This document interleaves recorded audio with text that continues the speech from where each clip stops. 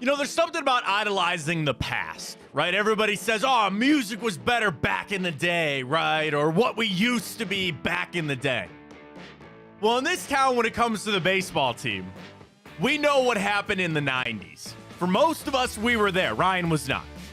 But for a lot of us, we remember what that lineup was, what that stadium was like, what 455 was like. And when I watch this baseball team, and I try to think about the lineup, the hitting, the all of a sudden home runs, and I gotta tell you, the never say die attitude. It's hard for me to not think about, yes, some of those famed 90s lineups. You had Hall of Famers batting sixth in that lineup. Now, is David Fry on his way to Cooperstown? I don't know. Maybe. He is also now better than Barry Bonds by quite a few metrics. Jose Ramirez is an animal. Josh Naylor waking on up. But when I see this Guardians team playing that brand of baseball, I go back to a time of the past. I go back and I just look at this lineup and the fact that they just at times seem to willingly put up runs. We got a long season to go, but just enjoy this ride right now.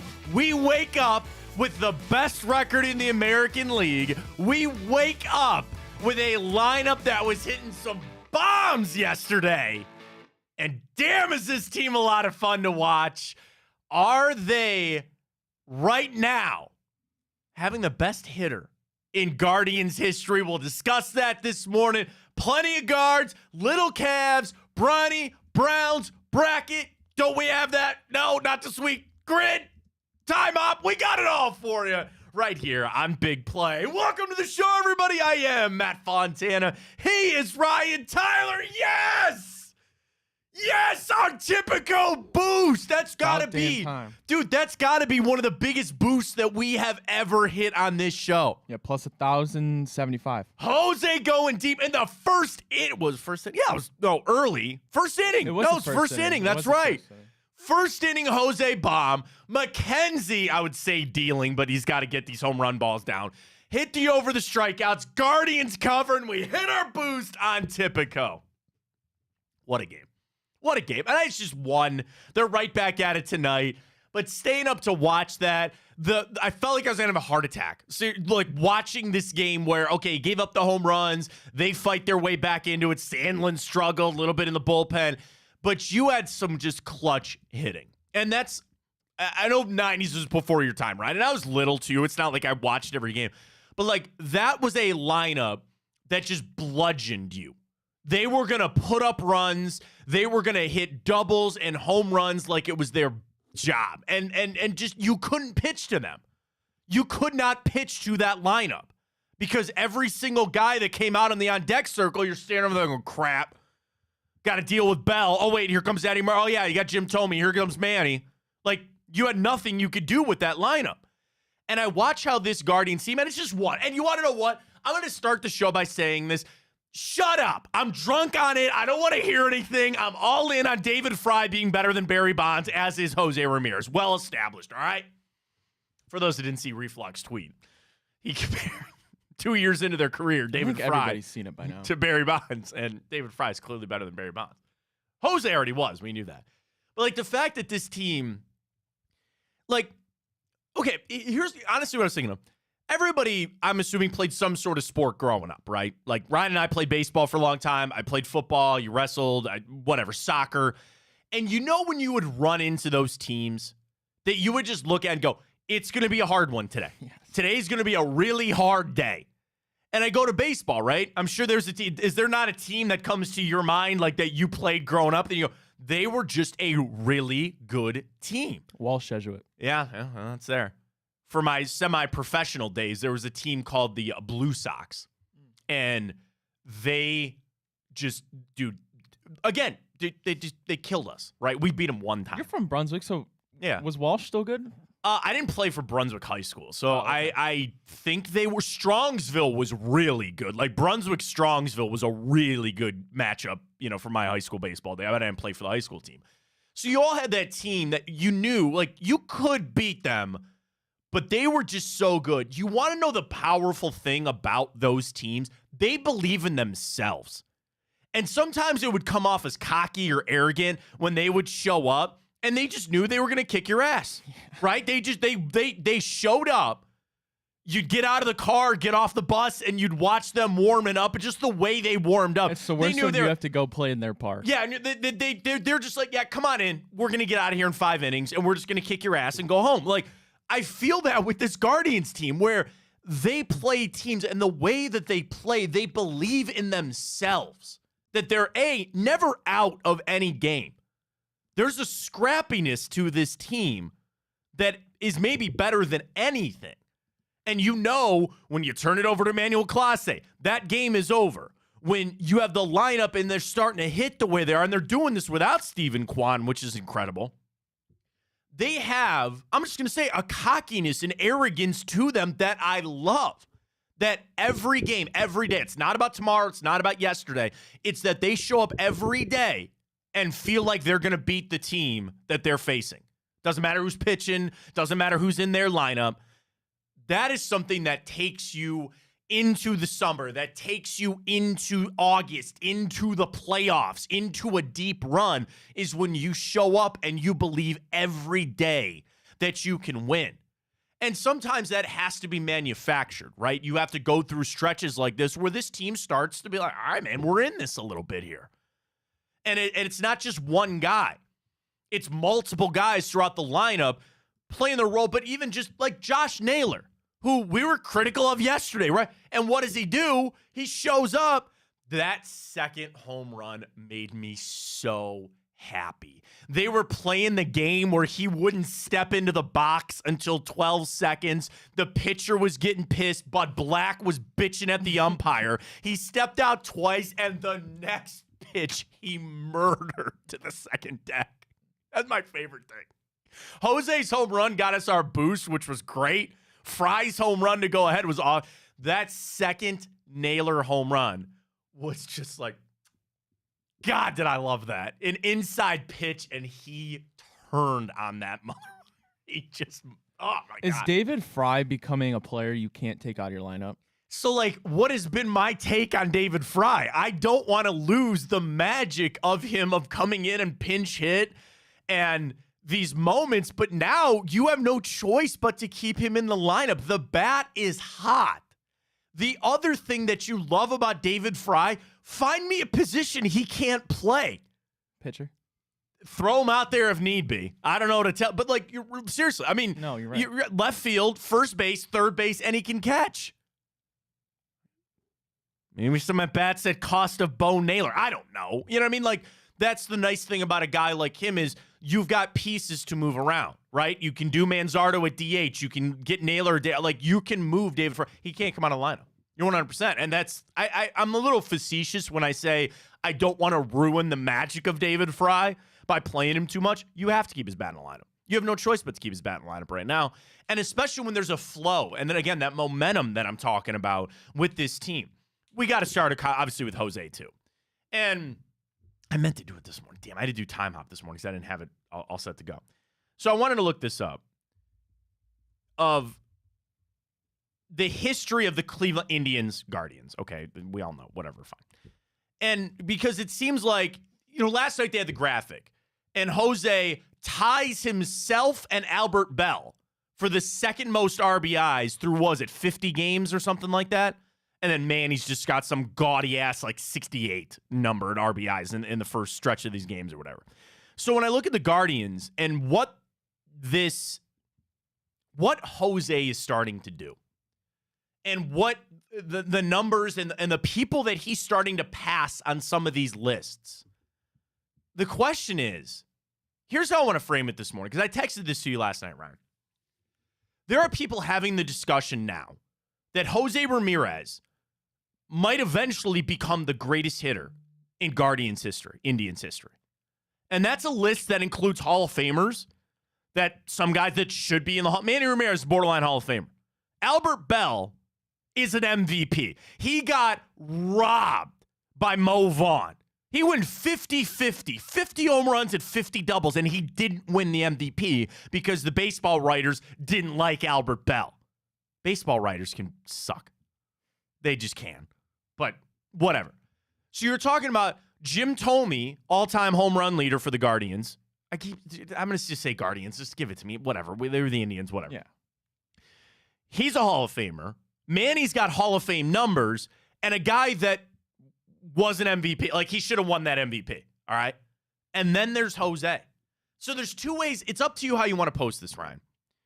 Do you want to ask who is the greatest hitter in Guardians history? Because I want to know who it is to see if Jose passes them. Or do you want to ask, do you want to put Jose in there? I thought about this. Who is the greatest hitter in Guardians history? Manny, Thome, Bell, or Jose Ramirez? I thought about that as our question. Because I almost want to say, we know for a fact Bob Feller is the greatest pitcher in Guardians history, right? So for Shane Bieber or Corey Kluber or Tristan McKenzie or anybody, you know that you're looking up at Bob Feller. Who is Jose Ramirez looking up at? Who is he looking up at to potentially pass as the greatest hitter in Guardians history? Well, by the end of the year, he'll be second in home runs all time behind Thome. Yeah, that's what he has more hits than Thome already in Guardians history, right? Guardians Guardians. All right, I'm looking at. Hang on, wait. Leaders. Sorry, I'm so sorry. I meant to do that this morning and I didn't. I got it up. Are you ready? Mm-hmm. Offensive WAR, which again they can go back and do. Triz Speaker is 1, Nap Lajoie, Earl Averill, Jim Thome, Lou Boudreau, Joe Sewell, and then Jose Ramirez. So he eventually will come up to that. All-time leader in batting average. Jose is not in the top 10. All those guys are plus 300, but there's some names on there that Robbie Alomar's on there. He didn't play here all that long, so I'm not so worried about that. All right, hits. Right now, he's not top 10 in hits either. Lajoie's got 2,047. Speaker, Lou Boudreau. Omar is 7. Kenny Lofton is 9. Total bases, he's 5th all-time already in team history in total bases. Wow. In doubles, he's already 6th with a chance to pass Boudreau next year. And as you said, home runs, he will most likely pass Manny and Albert to become second for Thome. RBIs, he is already, he's 9th with, again, he's got a long way to go on that. But again, you assume, you go back to the contract, right? You go back to he's going to be here for quite some time. Is he going to get there? Do you think he's going to get there? So what's the question? So we have two ways we can do this. Do you want to do who do you believe is the greatest hitter in Guardians history? Bell, Thome, Manny, Jose. I mean, really, Earl Averill should probably be on this list too. Or do you ask the question, when it's all said and done, do you think Jose Ramirez will become the best hitter in Guardians history? When his career's done, do you think he will be the best? I kind of like that one better. Let's do that. Because, again, that one gets dicey of like, you got to add in Nap Lajoie. You got to add in Lou Boudreau, and those were way before our time. When his career is done, do you think Jose Ramirez will be the best hitter in Guardians history? Yes, no, or what about if he already is? I'll put that as You want to put that in there? When it's all said and done, which I hope is not legitimately for another 5 years. And I'd love to sign him to another deal. When it's all said and done, do you think Jose Ramirez will go down as the greatest hitter in Cleveland baseball history? Yes, no, or he already is? I'll be interested to see how people vote on that. To go to the pitching yesterday with McKenzie, again, I think it comes back to my level of excitement that this team, you had every reason to go, all right, McKenzie doesn't have it today. He had the strikeout pitch, but just those damn Coors Field. My buddy Nick was texting me, he goes, can we get out of the stadium, please? Jose would have had that home run, too. If it would any other ballpark, it sounds like would have had that home run on the double. But you overcame McKenzie. He gave you a little length because you obviously had to go to the bullpen early with Xavier Curry. I know Eli Morgan is back, which is great. You had to use some of your guys, and I don't think you had the full complement of your bullpen yesterday. They should be ready to go for today, fine. But overcoming that with McKenzie, again, I'm not going to lose sight of my excitementness. That's not a word, but how excited I am about the lineup. But yeah, I don't like some of the things I'm seeing from Tristan McKenzie. It's very clear that the home runs are now a problem. And the Chris Bryant one was pretty obvious, right? The pitch that he maybe should have struck him out on the first at bat, he went right back in there. Bryant turned on and cranked it on out of there. There's some things with McKenzie, and they were talking about the broadcast, right? About his velocity is not what it was, so you got to be pinpoint. Now, the thing about Tristan McKenzie that I think most baseball fans know, but if you don't, one of the things that makes him so good is when he lets go of the ball, for how long and how lengthy he is. The hitters say it's not that he's throwing 98, but it feels like it's 98 because he lets go of the ball and it feels like it's already on you. Like when he's letting go, it's already right here in your face. So he might be only throwing 90, 93, but it feels faster because it's getting on you quicker. But I got to tell you, there's times too where I see him and I just see him go like this, shake his arm out. I go, oh my God, his elbow. Like, let's not forget that McKenzie still has this issue with his elbow. And he's pitching through it, and it's not been a discussion point because it sounds like it's been okay, but I get worried, man. Every time he goes out there, I just get so worried. And I just have this, like, I don't like it. And you can't live giving up home runs like that. And the lineup is overcoming what this starting pitching deficiency is right now. But another narrative that I think is continuing to get furthered, and it's something that I've asked Chris Antonetti and Mike Chernoff to do, that pressure will continue to mount for them to go get a starting pitcher at the deadline. And I'm not trying to trade away Kyle Manzardo or John Kenzie Noel, who's just been outstanding, and Rodriguez and all these young guys, right? I'm not sitting here trying to trade these guys away. But if that deal comes to get a starting pitcher for the second half of the season and potentially the playoffs, you make that move. You owe it to not just the fan, you owe it to this team. Facts. You owe it to this lineup who is bailing out some of your starting pitching to go make a move at the deadline. I don't need it tomorrow, but, keep an eye out. I think there could be some trades coming in the next couple of weeks as teams start to figure out where they're at in this pecking order. You are in this. You are leading this damn thing right now. You go out and get a starting pitcher. And I know there's always been these trades. I go back to, what was the Drew Pomerantz trade? Do you remember Drew Pomerantz? No. You don't remember him? No, I don't. There was a trade. Oh my God, I'm going to screw it up. Was that the Ubaldo Jimenez trade? It was. Oh my God. So here, let me take you back to 2011. All right. Guardians were in it. And there was a chance to go get Ubaldo Jimenez from the Colorado Rockies. And we had to give up our top two pitching prospects, Alex White and Drew Pomerantz. Joe Gardner and Matt McBride were thrown in there. And you went in there and you got him. You brought it over. And I don't even think we made the play. I don't remember how it played out. But that was a trade that some fans were about to riot. They were going to pick it because you gave up my precious prospects, right? And dude, when I tell you Pomerantz and Alex White, they thought that these guys were the cat's ass. They thought that these guys were the next big one. What happened to those guys? Alex White got hurt. Was nothing. I don't make fun of this at all. Drew Pomerantz had an alcohol problem. Eventually made it to the majors, but he was nothing they never turned out, right? They never turned out. CC Sabathia, you traded him away. You had to have Matt Laporta. What did he turn? Not much. And it's not that I'm projecting on these prospects or saying that you don't have the next great player. Maybe you do. I don't know. But I will go make this move for the now. My point is, I used to be in that camp. I used to be, you can't give this guy up, man. This guy's a prospect. He's a blue chip guy. He's going to be a great player. Don't do it. Don't do it. And as I've seen this play out, as I've seen how close we came to the World Series, I realized, dude, you got to strike while the iron's hot. Your team is like this right now. You are hitting. You're a hot. Go do it now.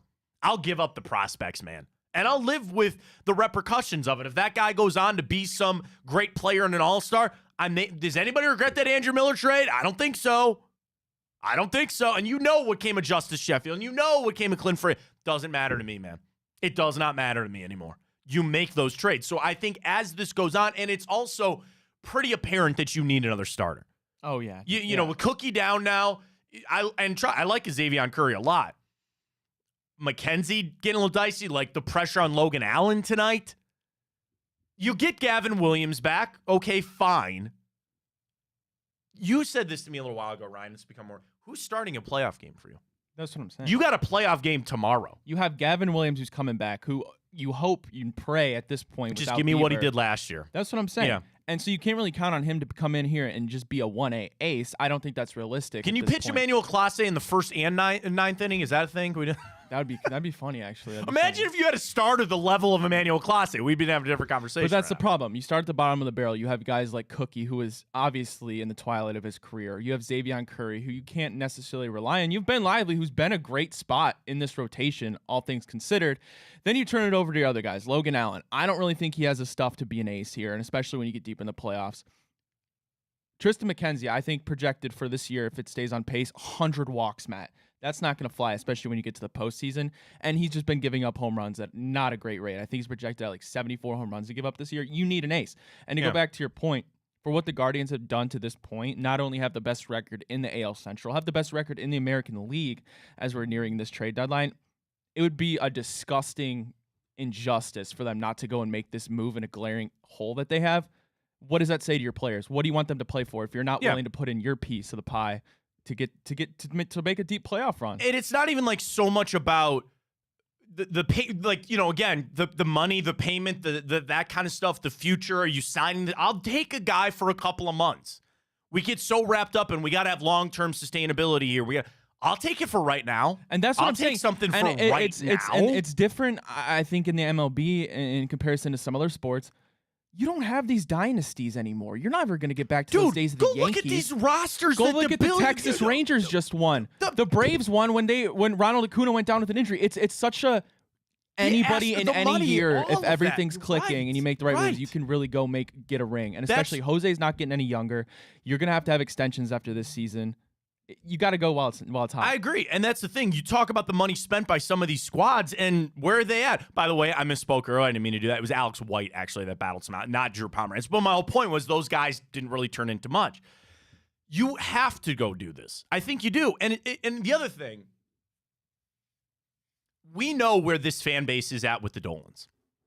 And I'll be honest, in the past, I've defended the Dolans. I have. Because I've said they have to play a different brand of baseball.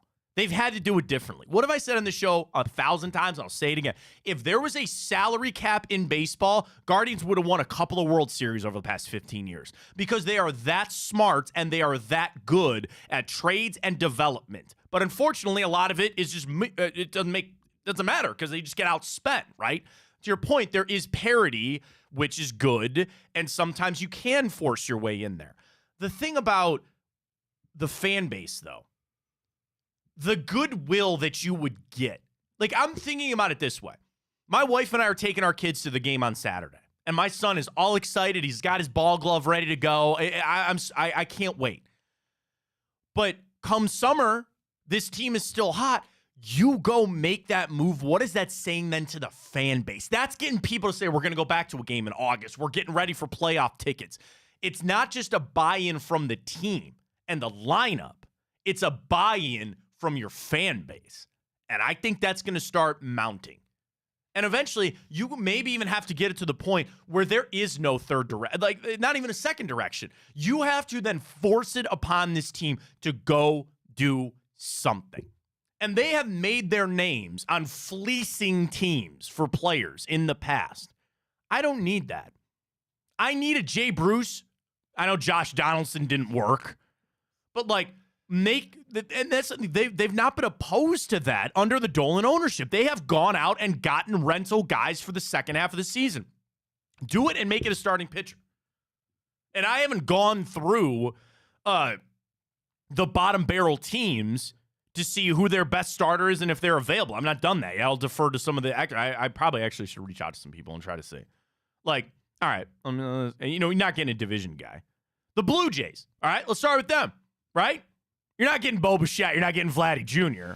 But like, and I'm literally going to the Blue Jays and they're and pitching right now. Would you take Jose Barrios off their hands? I don't even know his contract. Didn't he get paid? I don't even know. I have no idea. Googling it. We're just doing it right now. Okay, he's got a 7-year, $131 million deal. Not Jose Barrios. Okay, next. Like, you get what I'm saying? Go find me something like that. Go find me this bottom barrel type of team and just get a starter off their hands. Give them some prospects. Do it. I think that's where you're at. Back to our Twitter question this morning. I retweeted it at MattFontana83. You can always follow us at Matt Fontana Show. We're up on Twitter, X. We're also on YouTube. We stream every morning on Twitch, and you can follow our Instagram at Matt Fontana Show. When Jose's career is all over, will he go down as the greatest hitter in team history? Yes, no, or he already is? Heavy yeses. I like it. I mean, and Mike sends us a good tweet, which I think is a good point. Are you talking about the best hitter or the best power hitter? There is a difference. And Mike, that's exactly why I wanted to frame it this way. Would you say Jim Thome was a good hitter? I don't think so, right? He struck out a lot, but he hit a lot of home runs. Albert Bell was a really good hitter. Like, he could hit for power, for doubles, for all of it. Manny Ramirez could hit. Jose is that. And again, when you add the glove and how fast he is, he's truly a 5-tool player. When I think about the word hitter, I think about Jose. Now, that being said, and Mike also follows up with a good point, I can't go back to Nap Lajoie. I can't go back to Earl Averill. I don't know if those guys were. I'm sure they were great. I'm sure they were great, okay? But when I think of a hitter, I think it's going to be Jose. Like doubles, RBIs, walks, stolen base, like, and that comes back to best player, right? And you go between like position players and pitchers, right? I think Jose will be in that conversation. He is a borderline Gold Glover. I guess I'm putting a little bit on that. He's a really good defensive third baseman. He does play the field still, dude. And you know the thing, like, you found him as an international free agent. I think they signed him for $17,000 as like an 18, 17-year-old kid. And look at him now. You know the scouting report on Jose? Somebody did this. Like, they went down to go see him play. And they go, he's too small. They go, he's too small. And he doesn't generate enough. Like, and goddamn, look at him now. Isn't that insane? He's gotten thick. Oh, yeah, he's put on some good weight. Like, and they were talking about it a little bit on the broadcast last night about early in his career when he got sent down and he had to learn and all. Like, he signed with the. How about this? He signed. Let me tell you this. Okay. As a teenager, Jose played baseball in the Dominican Prospect League. In 2009, at the age of 17, he and other signed prospects traveled to the Indians' Dominican facility, which, if you don't know, the Guardians Indians were one of the first teams to put a facility down there, and oh boy, has that paid off. Where an Indian scout noticed the oft-overlooked Ramirez when he racked up 11 hits in 4 games. He then signed with the team at the age of 17 for a $50,000 signing bonus. He sat out the 2010 season, started his professional career in 2011, where he batted .325 over 48 games for the rookie-level Arizona League Indian squad out there. And now he is a 5-time All-Star, about to be 6. 2-time second-team All-MLB. By the way, did you see that projection coming out from baseball the other day?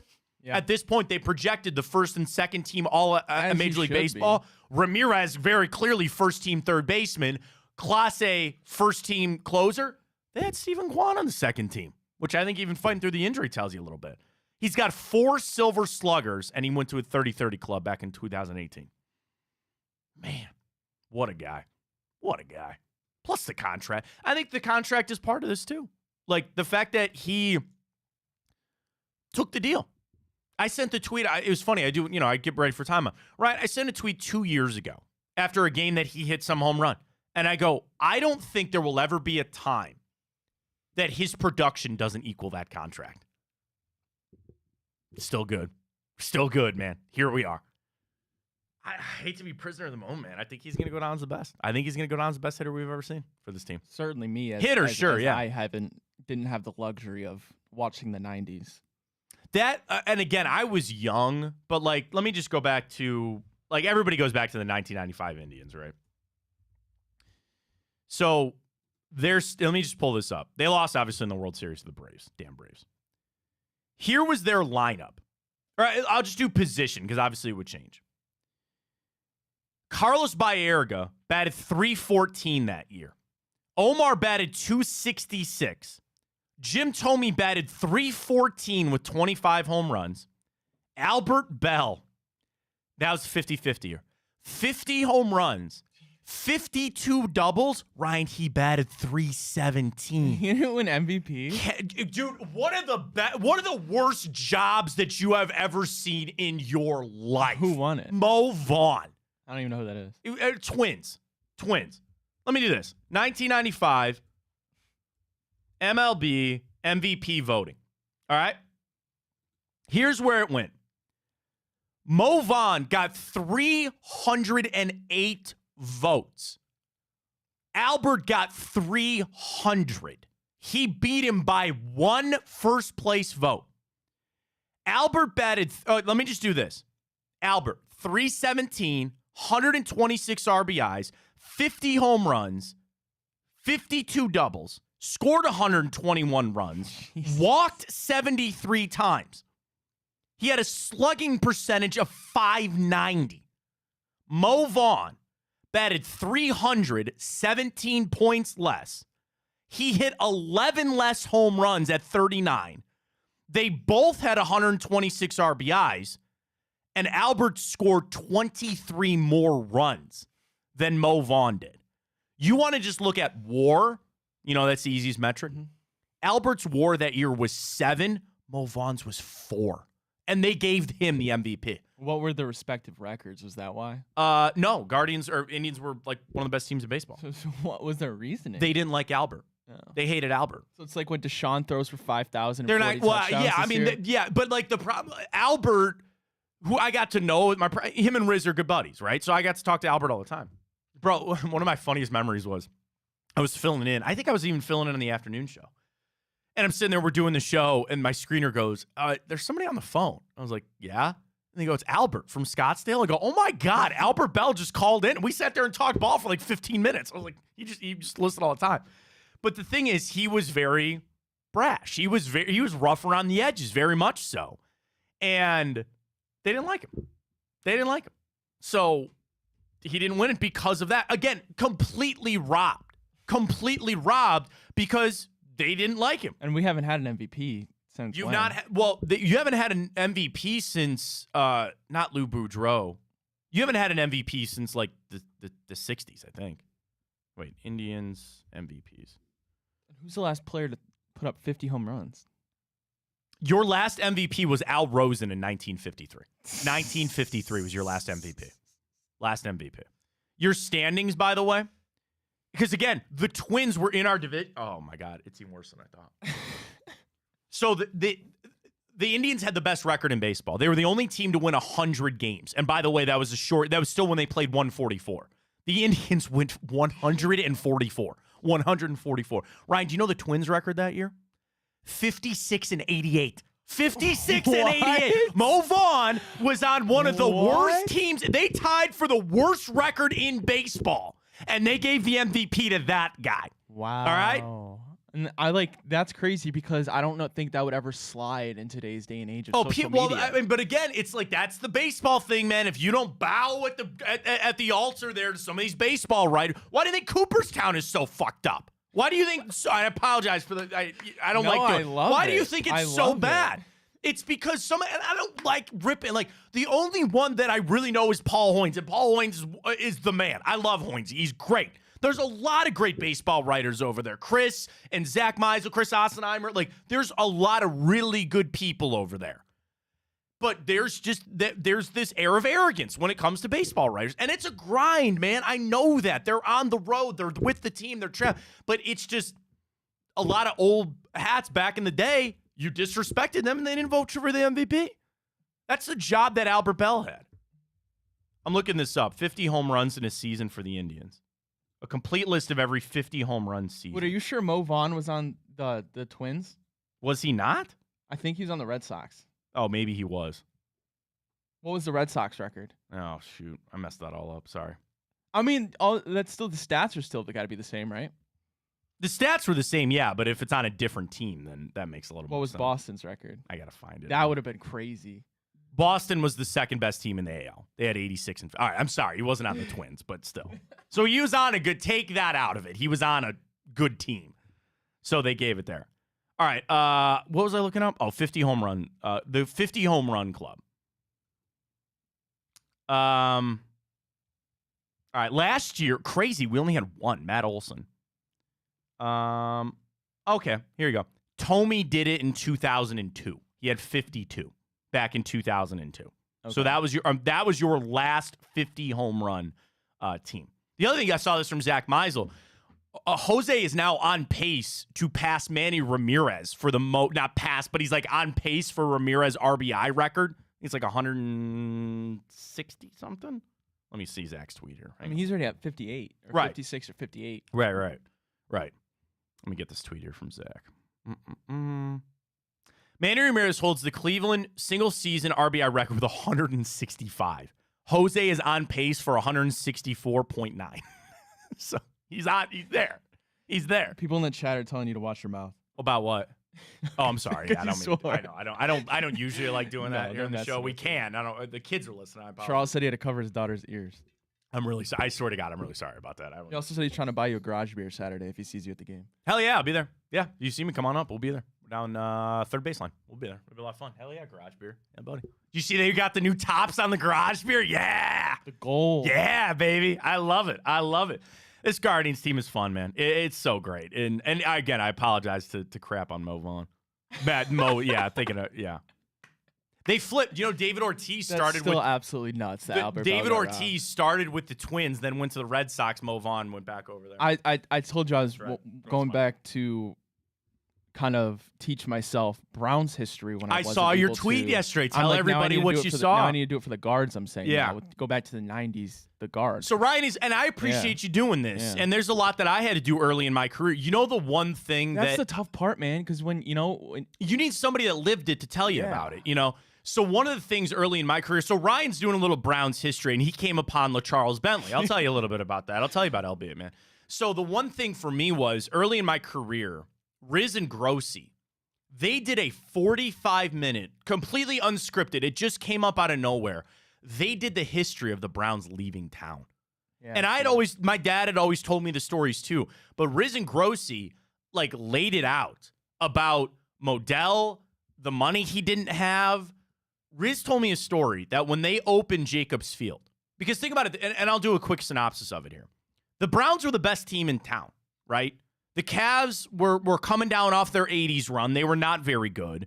And this was before the boom of the Indians in the 90s. They were not very good. The Browns were the best team in town, right? They were playoff contenders. They were really good. Their stadium was falling apart. Modell owned the stadium. Then the city of Cleveland announces, hey, we really want the Cavs to come play back downtown. Not a bad idea. They were all the way out in Richfield, right? Yeah. So let's get them back downtown. While we're building them a new arena, we'll build a new ballpark for the baseball team. So Art Modell on two fronts goes, the F you are. He goes, they both suck. And my number one tenant at Municipal Stadium is the Indians. And you're going to take them away from me? So they got the brand new ballpark. So Modell has no money. His wife had to take out a loan to sign a player. No joke. Riz told me that Modell toured Jacobs Field before it opened. And this was, dude, grandioso, brand spanking new, everything you could have asked for. And he goes, that's the day he decided he's leaving. He goes, I've had enough. Because he went to the city, he goes, I can't keep up these upcharges anymore. And he left.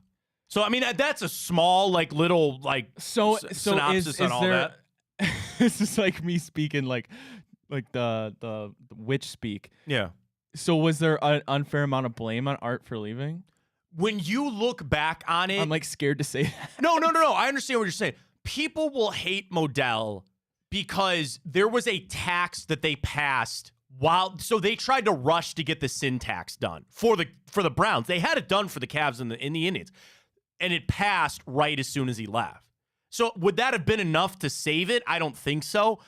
Their biggest gripe with Modell was, why didn't you sell the team to somebody? If you run out of money, because remember, when he went to Baltimore, he like basically sold the team. He couldn't run them in Baltimore. That one, oh my God, I can't remember his name. he bought the not. I don't even know who owns them now, but like the guy that bought it, he just moved him. And granted, the other thing that you got to remember, Baltimore lost their team too. The Ursays ripped the Colts away from Baltimore. That's the famous. If you ever Google the Mayflower, because it was the moving company. Could you imagine if you went to bed at one night, woke up the next morning, and they said your football team ran away overnight? That's what happened to the Colts when they left Baltimore. So the Baltimore fans feel the same as we do here in Cleveland. They lived it too. You look back on it now, your point is kind of well taken. It's not like Modell had a choice. People wanted him to sell the team. Were there people lining up to buy it? I don't know. And you realize that the city, there are people that, Mike White, I mean, there are people that just, he let him leave. He gave him, he didn't help them. And I know that Browns aren't leaving now, but it's a lot with it's the same situation. They need a new stadium. The Haslams, unlike Modell, they just don't want to pay for it. Modell couldn't pay for it. And they left. Why does any team leave ever? Attendance and stadium. That's it. Those are the only two reasons. And they are tied together. If you have high attendance, you're making revenue, you can build a new stadium. That's any team leaving ever. That's what happened to the Browns. I wish I could have been alive and experienced it. Oh, Riz would tell me, man. He would have to go to Baltimore. There were Save My Browns campaigns, all that stuff. And then my first real memories. God, if I had to go 4 years without football, I would off myself. I had to play Madden as a kid, and I didn't know why the Browns weren't in it. Like, literally, my first memories were not having a Browns team, and I didn't know why. Now, where I can really start to remember is when the team came back. So they obviously made the right move. They kept the Browns here. The history, the logo, the team, the colors, they're all staying here. And the NFL knew that they screwed up too, because they stood by and let this happen. Now, the other story about Modell with the NFL, he is vitally important. He was the guy that got the TV deals done. You have Monday Night Football because of Art Modell. You have all this money. So the NFL liked Art. He was smart. He knew what he was doing. You know what he made his money doing? He had a sporting goods store. Modell's is what it was called. He had the first Dick's Sporting Goods. MC Sports. That was what he did. So the league liked him, and the NFL knew that they screwed up by letting this get to where it is. So they almost instantly were like, we're going to get you a team back. This is a travesty. This is a legacy franchise that we just let walk out the door. We're going to help you out. So my earliest memories were my dad. My dad was in Union 55, plumber. That stadium got approved like that. I remember my dad telling me, they went as fast as they could to get that stadium up so they couldn't go back on the deal. They wanted to get that stadium. If you ever go by Baltimore Stadium, there's some striking resemblances between their stadium and ours because they just took those plans and got it up as quick as they could. Now, here's the thing. They put that stadium up fast to get it up with the idea that they would redo everything in a couple years. Like, let's just get it up, and then we'll do all the improvements. Al Lerner died. And I will maintain this forever. One of the worst things that ever happened to the Browns since 1999 was Al Lerner passing away. Because he was on the right track. He wanted this team to win. He was going to put the money. They made the playoffs. He passed away. Done. His son didn't give a crap. He ruined this team. Randy wasn't vibing like Al. Yeah. Oh, my God. Right. So now, thankfully, we've turned that corner. You have owners that are willing to invest and want this team to win. And look where we're at. We're a good football team. Been in the playoffs. Look at where we're at. So that's the Browns. So you're talking about LaCharles Bentley real quick. So of that era, the Browns were, this was Butch, was it not? I think it was. No, it was 2005 or 6. So it would have been Crennel. So, yeah, okay. Crennel. So here's where it is. The Browns had some success under Butch Davis, and they had kind of, they had drafted a few guys. Like, they were okay, right? But they were not a playoff contender. Like Jeff Garcia era, you passed on Roethlisberger and all that kind of stuff. That was 06. So here you have LaCharles Bentley, Ohio State Buckeye. It's not funny. New Orleans Saint, a really good player. And in fact, if memory serves me, I think he was the number 1 rated free agent. They did say he was the prize gem. Like, you would think a quarterback or a receiver. No, LaCharles Bentley, as a center, was the best available free agent that offseason. Ryan, he had a deal to go to the Eagles. He had a deal. The Browns came calling. And he said, nope, I'm going home. He went to Ignatius. He's from Cleveland. The first play. Rolled up on, tore his patella tendon. Oh.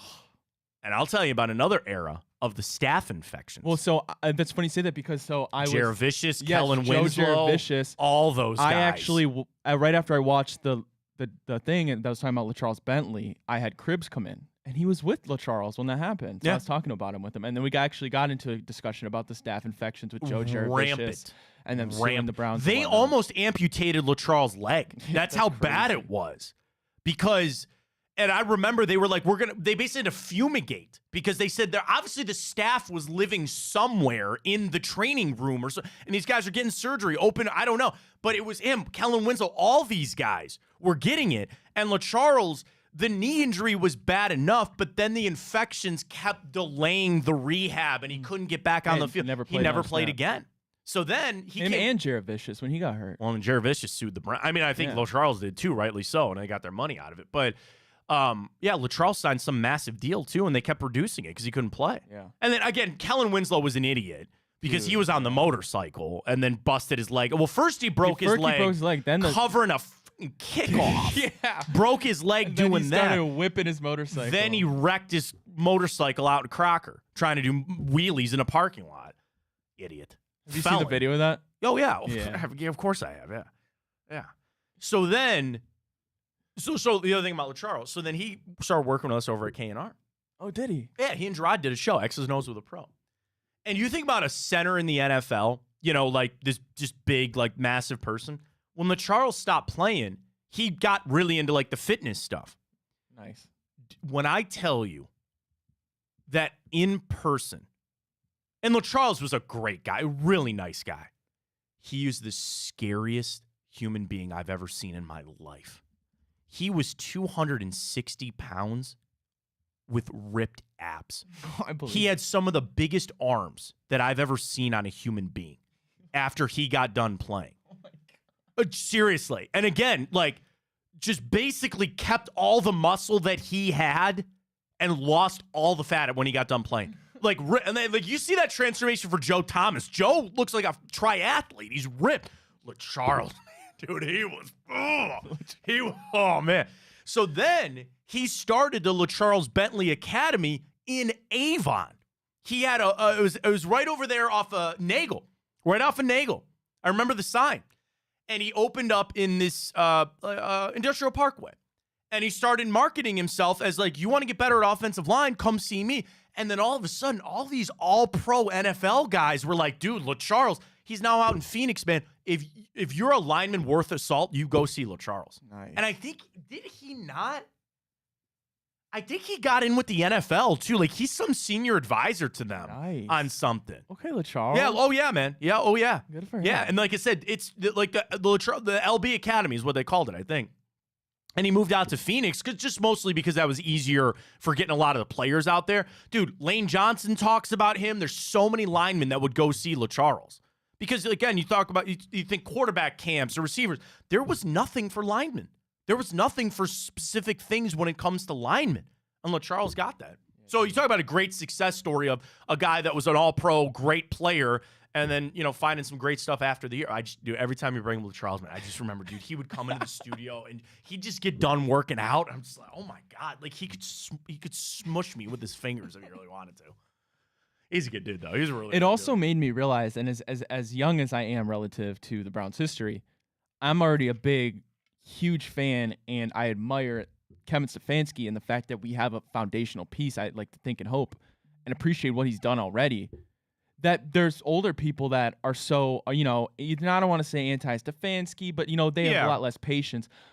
I didn't even live through that coach carousel that was, to be quite frank, if you summed up in one word, inadequate. Why we're scarred. You see why we're broken, right? And you, again, from an even older generation other than me, my dad had to tell me about how good Bronny was. He had to tell me about Brian Sipe and Brett and Biner and Mac. Like, I'm not saying that you were the Chiefs, but you went to back-to-back AFC championship games, and you got, I don't want to say robbed, but you had historic things happen for you. What, 3 and 5 years? Yeah.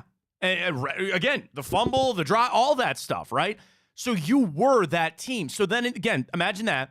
You have a little downturn under Belichick, still made the playoffs.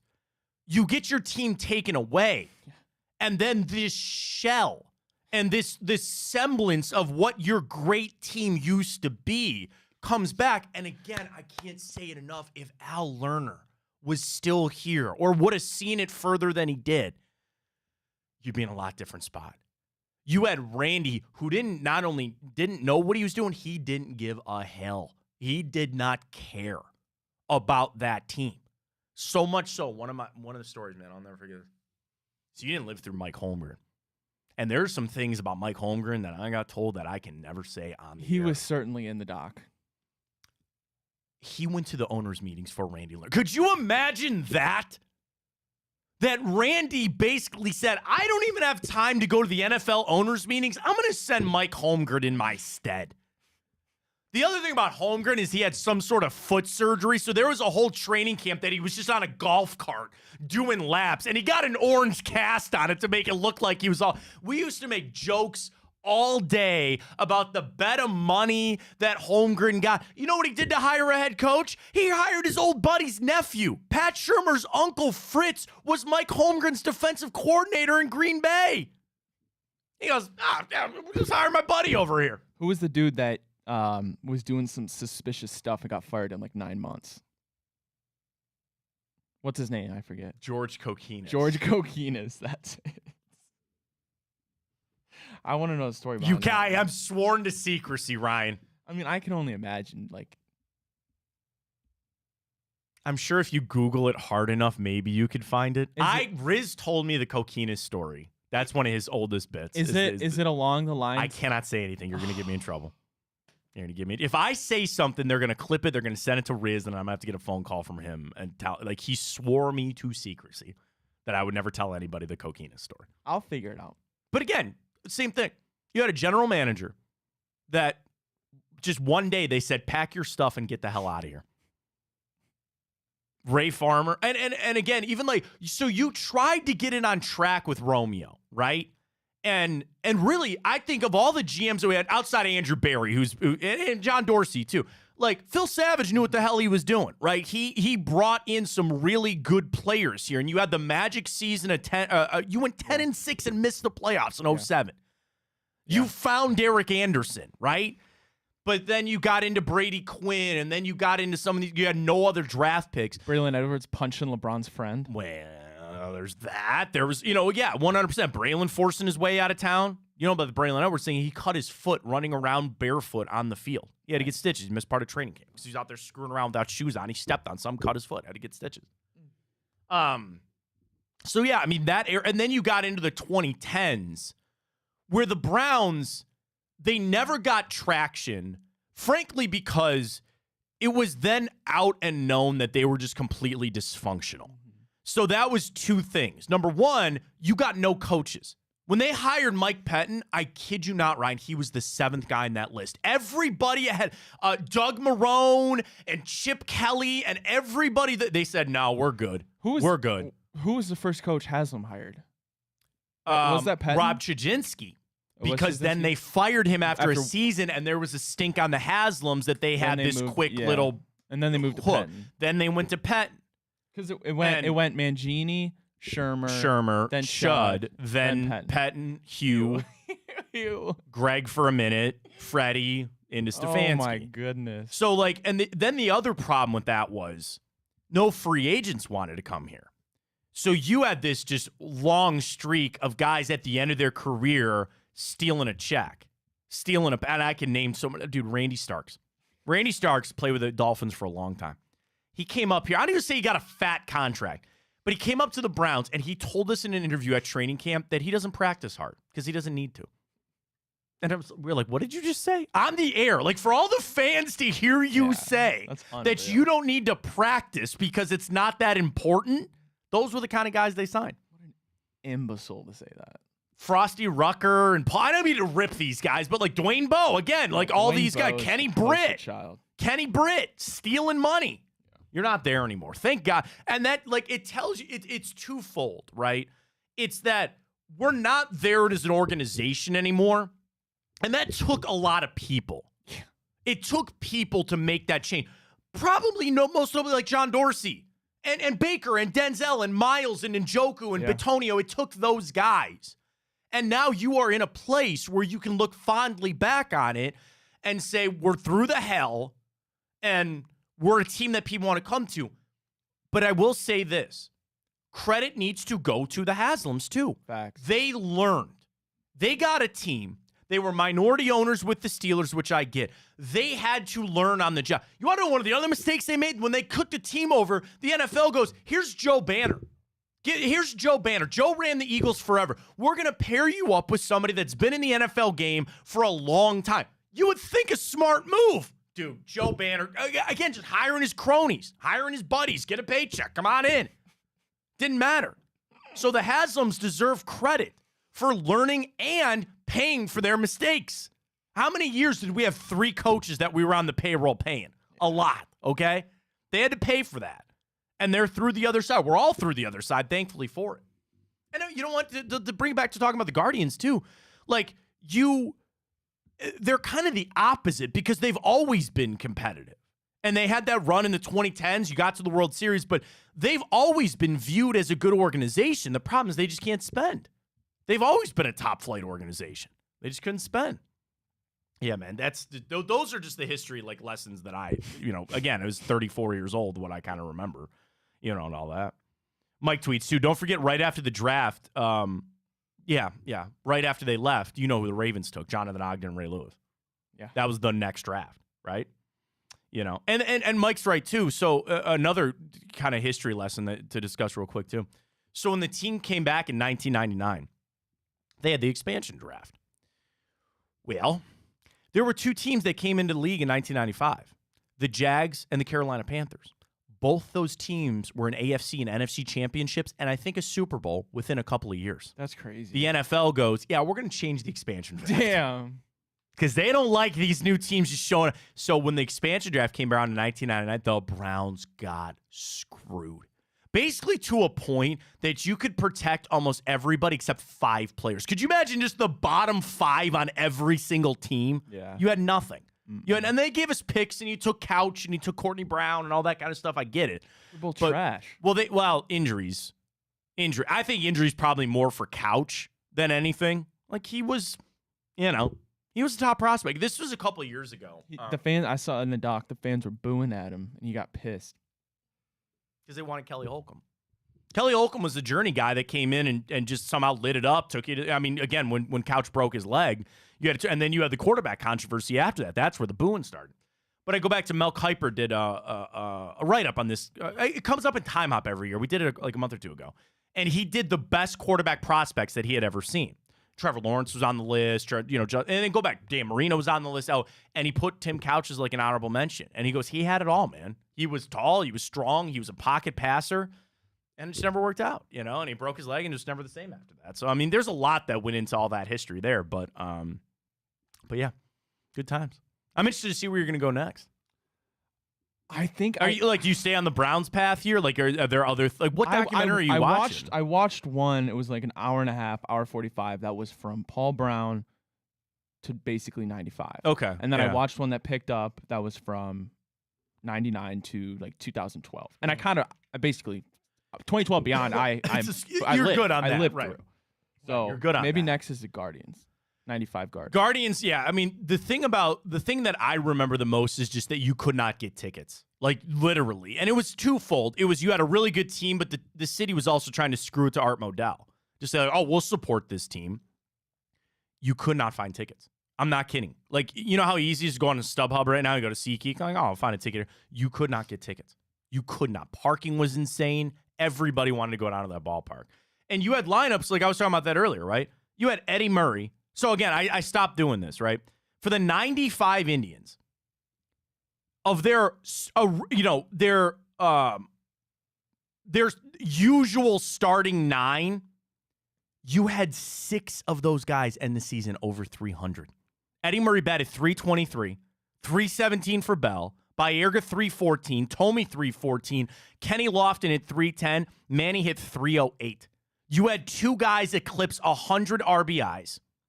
You had 4 guys with 20 or more home runs. That's the crazy part, too, because for as good as we've started this season, I mean, the guys over 300 right now, Quan and David Fry. That's it, because, David Fry. Jose's not there. Josh Jimenez isn't. Mm-mm. No. And, I mean, baseball is different. Like, you don't have – how many guys are even hitting 300 right now? That's a great trivia. Do not look it up. I'm doing it right now. Okay. How many guys in baseball right now do you think are batting over like 3 just on the Dodgers? Yep. Yeah, that would be correct. Well, there's just 2. Batting over 300? Yeah. Shohei and Teoscar Hernandez? no, Mookie. Oh, Mookie. Oh, duh. Yeah. Freddie Freeman's close. He's batting 295. Or 297, excuse me. If you had to guess how many players in baseball right now today are batting 300, what would your number be? 9? 11. 11? Betts, Ohtani, William Contreras from the Brewers, Jurickson Profar, Salvador freaking Perez of the Kansas City Royals. Is Gunnar? Soto, Alec Boehm, Marcelo Zuna, Jeremy Pena, Bobby Witt, and Elias Diaz, who we just saw last night from the Rockies. Rutschman is at 299. Oh, that's it. Freeman is 297. And I don't see Gunnar Henderson on here. Well, you didn't say David Fry, so maybe it's a... Oh, no, you got to be qualified. You have to have X number of at-bats. Gunnar would be, though. You think so? Yeah. Oh, 100% he'd be qualified. I guess what is he batting? He has like 16 home runs. Yeah, but what's his average? Oh, I don't know. It must be below 300. Well, no, I would just think at this point he's 259. Oh, 259. Wow. So yeah, but you're right. I mean, he rakes. Like he's I was gonna say there's no way because he started. It wasn't that Jackson Holiday kid. He's been there the whole time. Yeah. So he's got to have the at bats. He's only batting 259, but he's certainly smacking some home runs. I saw that Juan Soto home run last night too. Well, speaking of home runs, yeah. Oh. Yeah, let's go 2 for 2. You thought yesterday's boost was big. Look at this one. Oh, buddy. So we're in this now with Tipico, folks. Every boost we do for the guards is going to be a home run one. Now, and again, you got a vibe out there. You're feeling good about it. Please tell us. Well, I'll do this. Do they play tomorrow, or is today a getaway? Tomorrow's their off day. Off day, okay. So we'll do this for Friday. The Nationals are coming to town. Remind me to do this tomorrow. I want somebody on Thursday to call their shot for a Friday home run. Every boost we do is going to be a home run. Friday home run? Maybe that'd be nice. We want to go Fry, want to go Naylor. Everybody hit home runs yesterday. Lay it out. We're going to go Nerfy, no run first inning. We're going to go Guardians, minus 1.5. And we're going over 0.5 home runs for Andres Jimenez, who didn't get in the party yesterday, so I know he wants to get in it tonight. Let's go. Right here, folks. Tipico. Download the app. Use the code Fontana1. Could you imagine you put $75 on our hit yesterday? Woo! You get a protected bet. This one's plus 2,700. Oh, yeah. Code Fontana150 when you sign up. You deposit $150, which is a big ask. I get. You will get 2 $75 protected bets to use on whatever you want. We'll get into our boost right now. Dude, $5 won you near 70 yesterday. That's what I hit yesterday. Let's get back into it. Here we are. Guardians, Rockies. Boosts. Right there. $5. Let's roll. $5 wins you $140 freaking dollars. Bet placed. Go. Here we are. Tipico code Fontana150. Nice little cash last. I took the Timberwolves on a live spread, which was good. So they hit that. We got basketball again tomorrow night. So again, it's perfect. You got Guardians tonight. We'll get into basketball tomorrow. You got French Open tennis going on. You got soccer. You got baseball the live long day. Folks, Tipico is where it's at. Did you see the cashback rewards that they had, the tweet they sent out the other day? So this is from Tipico. They sent this out, I think, yesterday. You can follow them on Twitter, too, by the way, at Tipico. That, I just want to make sure I find the right one here. I just thought this, okay, here it is. Their top players just last month earned an average of 32. Now, I want to make this clear. It's not the average player. But the top 50 players on Tipico last month earned an average of over $3,000 in cash back. Now, that's betting a lot to get a lot back, but that's what the cash back is all about. Automatically earn up to 5% cash back on your bets. No opt-in is required. It's instant reward redemption. It's not you get a token that you forget. How many times do you get something and they go, oh, you have to click to redeem it? Oh, and it's only good for a week. And it never works. You always forget. It never works. Never works. Tipico's instant rewards. Instant reward redemption. Honestly, it's the best in the system. It's the best out there. And I know for the average, listen, we all want to win our bets. You can win your bets and get the cash back. This is the stuff that sets Tipico aside. Really, that sets them apart from everybody else. It's the boosts, which there's always a plenty on there. It's the cashback rewards. It's the ease of access. It's the interface on the app. They're the best. Tipico, download it today. Use that code Fontana150 when you get signed up, and you'll be on your way to your cashback rewards. There it is. All right, let's catch our break. We got into a lot of random good things today, which has been awesome. I want to talk some Cavs in hour 2. This Bronny stuff, I got to take on this whole Bronny situation. If you've not known, he's staying in the draft. The deadline, I think, was tonight. Is today Wednesday? I am so thrown off. Tonight was the deadline. He's in. He's staying in the draft. He's going to be a professional player. But he's declining workouts. Would it bother you if the NBA just called it for what it is and they let him just go play with his dad? We'll talk about that coming up. We got Cavs. I want to get into some Browns. OTA's going out there in Berea. It might get rained out coming in. We'll get to all of it. Stay with us. Fontana Show right here on Big Play. Well, how do they know I'm doing this? Did somebody leak this out? It's social media. Oh. It's just, that's the way social media works now. I thought maybe you were just running that yap.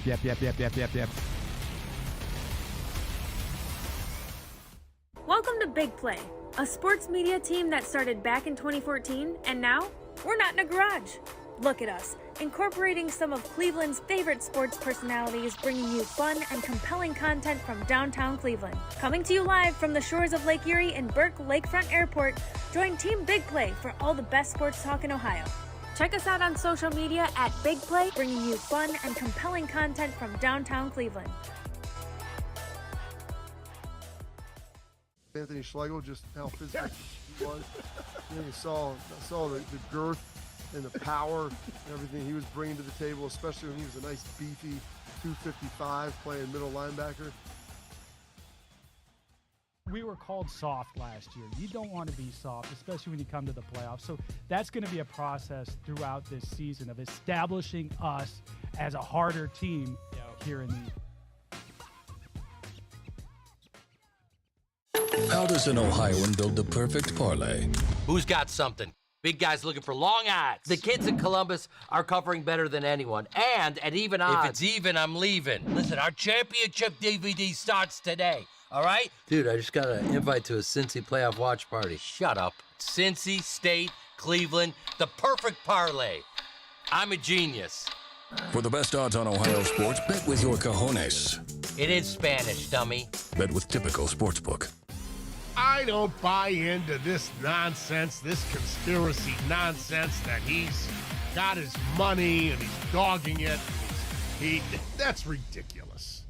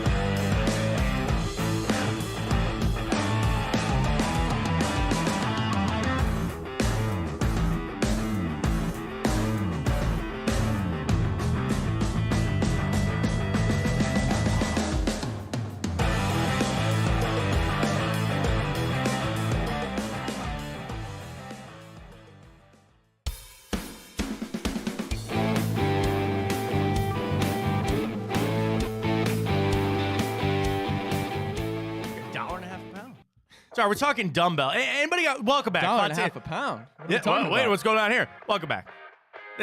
Lunch meat is cheaper, actually, at that point.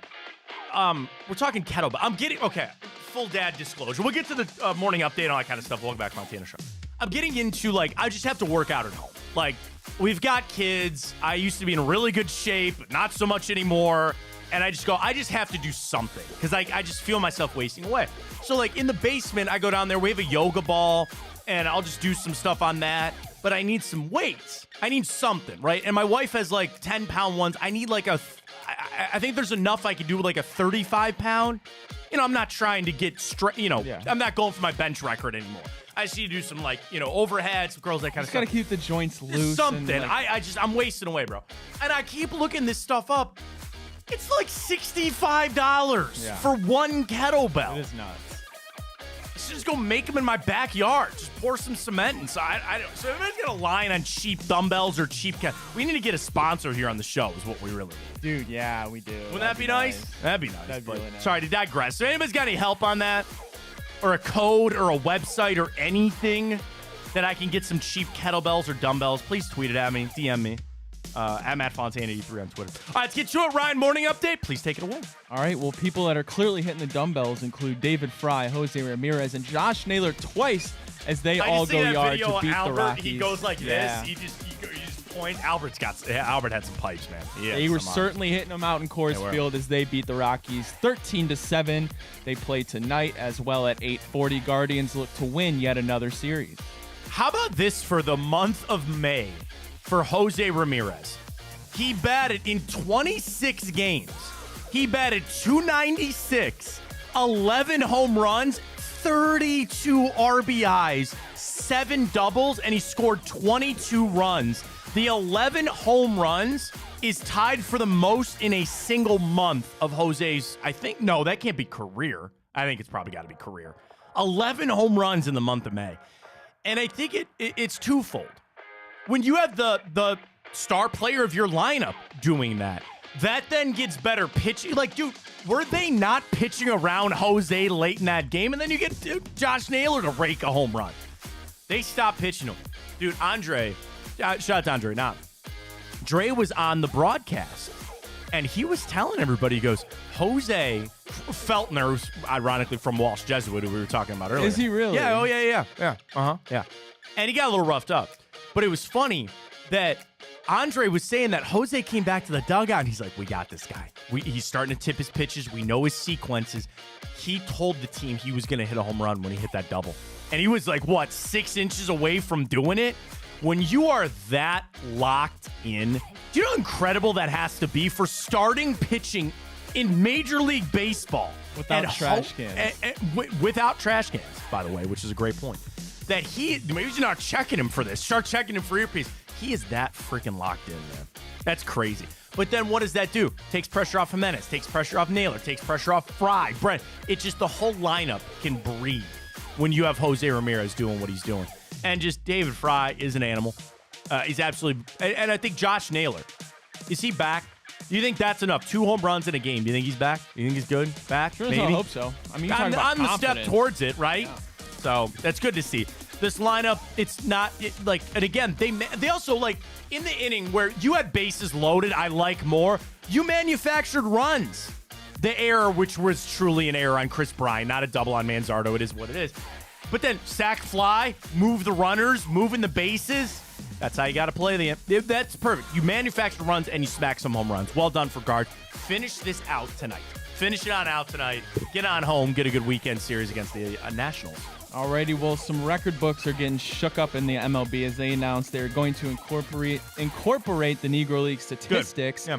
This means that Josh Gibson now becomes the Major League Baseball's career leader with a .372 average, surpassing one Ty Cobb. Yeah, I mean, it took them so long, I think, to calculate. And I was reading some of this because they're also going to officially debut it in June, right before a Cardinals-Cubs game or Giants game, where they're going to honor, the incorporation of all these stats, as they should. I mean, baseball, the stats are there. The books are there. And, okay, they didn't have the shift back in the day, and they were playing with these kind of, it doesn't matter. It was of the time. It was of the era. These stats should be included. I'm glad to see they're doing it. That's one of the things that baseball has over any of the other sports, is the history, the longevity. And some of those stats, yes, will never be touched again, right? The strikeouts, the complete games, this is not the game played anymore. But that is one of the things that baseball has over the other sports, and I'm glad that they're starting to actually embrace that a little bit. Yeah. All right, well, the NBA world, the Minnesota Timberwolves are not going home yet as they win Game 4 against the Dallas Mavericks. Anthony Edwards, a near triple-double. Series shifts back to Minnesota for Game 5. Give credit to the Timberwolves for fighting that out when Karl Anthony Towns got fouled out. Anthony Edwards was playing with 4 fouls, and didn't Gobert pick up 5 late too? Like, he was close to fouling out. They really, you saw everything from Minnesota, but it's like how that series has been. It was back and forth, one shot here, another shot there. Do you think the Timberwolves are going to get back into this? I think it'd be spicy if they win tomorrow night. Can I be honest with you? If they win tomorrow, I mean, want them them to pressure on. just so I have something to watch. Like, I don't want to just go because weak. I want the Mavs to get rest. Plenty of rest. All right, because you don't want the Celtics to win? Yeah. All right, I'll listen to that. Great game, though. It was a lot of fun to watch. Certainly sweating it out on some of the wagers that we had going there, but it was a fun game to watch. Super competitive. And you saw, like, dude, there were some shots that Anthony Edwards, you realize, like, he's on that precipice of elite. And if he's not already there, he's so damn good, man. Even Karl Anthony Towns, who finally started hitting some threes. Gobert's been one that I just like, Because, there's a lot of scuttlebutt about that's not going to work. Like, we're doing the same thing with the Cavs, right? Like, oh, this lineup isn't going to work. These two bigs aren't going to work. Do you think it's Gobert that you would go with? If you had to pick one to move forward with, it would be Gobert or Karl Anthony Towns. For I think a long time, it was going to be all they'll get rid of Cat. But probably I'd keep Cat. Yeah, I mean, I don't know. As good as Gobert's defensively, it's not it's the an model of offensive the NBA. game. Yeah. It's an offensive game. So a lot of fun to watch to get ready to go for tomorrow with our wagers on Tipico. All right, well, I was going to bring up Bronny. Do we want to bring it up or do we want Let's to wait? do this. Let's do the grid. Hit the grid? And I want to save time for Bronny. You want to do grid right into time hop quick and then maybe end with Bronny? I've got takes on Bronny. I want to discuss this situation with Bronny. So let's do that coming up. But Ryan, is it time? The Immaculate Grid, please. All right, let's get it. On a pretty good streak. We did, man, Randy Mosker. It's Ah. all right. It's all right. We welcome your help at Matt Fontana 83, at Ryan Tyler 33 in the YouTube comments. Need a player for all of it to finish it on out. We got 9 minutes to do it. What is that? 1,000 season receiving? Yes. All right. Go. All right. Tyreek. AJ Brown? Yep. Wait, no. Well, no. Do you want to save AJ Brown for the Titans? No, we don't have to mix Eagles and Titans.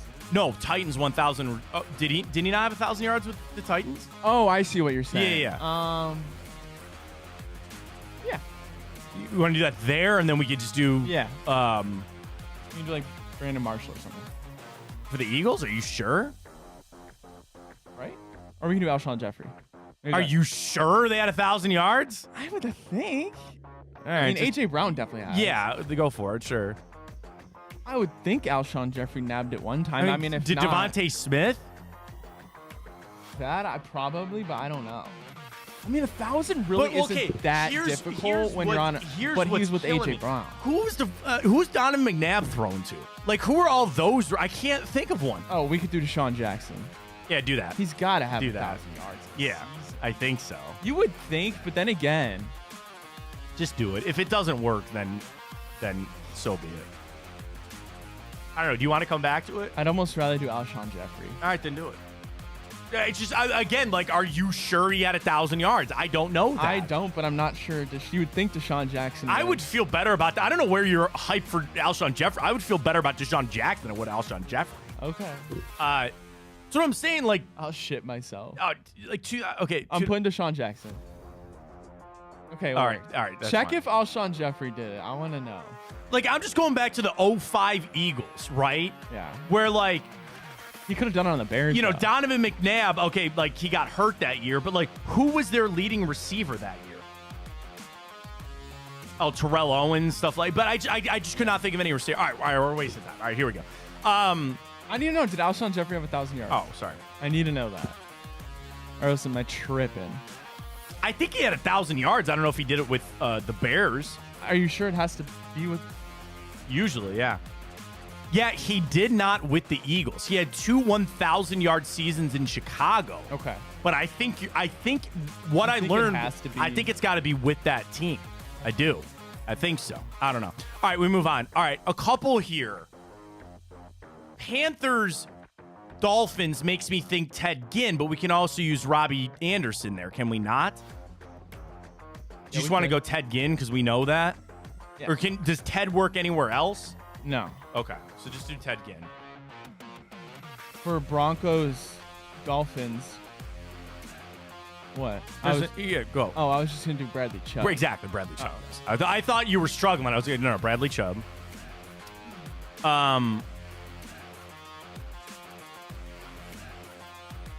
Why is there an Eagles-Broncos that's slapping me in the face? Oh, my God.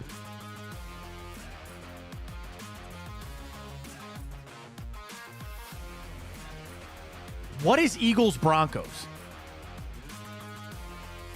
Holy God. I keep wanting to say Terrell Owens. But I don't know if he played in Denver. There's one that one, if we don't get that, it's going to, for that one's, oh my God, it's going to wreck me. It's going to wreck me. No, it's not him. There's somebody that's just really gnawing at me for the Broncos and the Eagles. All right, set that aside. I keep thinking wide receiver. There's got to be a quarterback. All right, Panthers, Eagles. Is that not Josh McCown? Did Josh McCown play for the Panthers? I feel like he did. He did. Josh McCown. Wait, no, stop! He never played for the Eagles. Wow. He never played for the Eagles. Stop. No, he never played for the Eagles. Never did. Gosh darn it. He did not play for the Titans, so he's out on this one too. Broncos, Titans. Eric Decker? Yeah, right? That's a good poll. Yeah, Eric Decker works. Yep, he does. Did not Wes Welker, not Brandon Stokely, talking about the Broncos finishing out the Eagles. That's something like that. There's somebody like that that's just like, I can't think of it, though. Can't think of it at this moment. Aqib Talib? Did he play for the Eagles? Are you sure? I don't know. They had a lot of DBs run through there. I'm not sure. All right, you want to do Panthers-Titans to try to ace that one on out?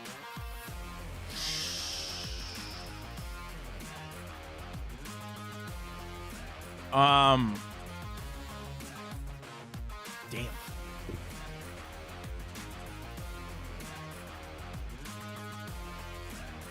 Panthers Titans. What, Charles Bentley? No. There's gotta, oh man. Running backs, not thinking of anything there. Chris Johnson never played for the Panthers. Did Randy Bullock play for the Fat Randy play for the Panthers? I feel like he's played for everybody. Fat Randy. Obviously, he works for like Cincinnati. Of course, the Titans. No, he doesn't. He doesn't work for the Panthers. Does not. Not Fat Randy. Fat Randy. Fat.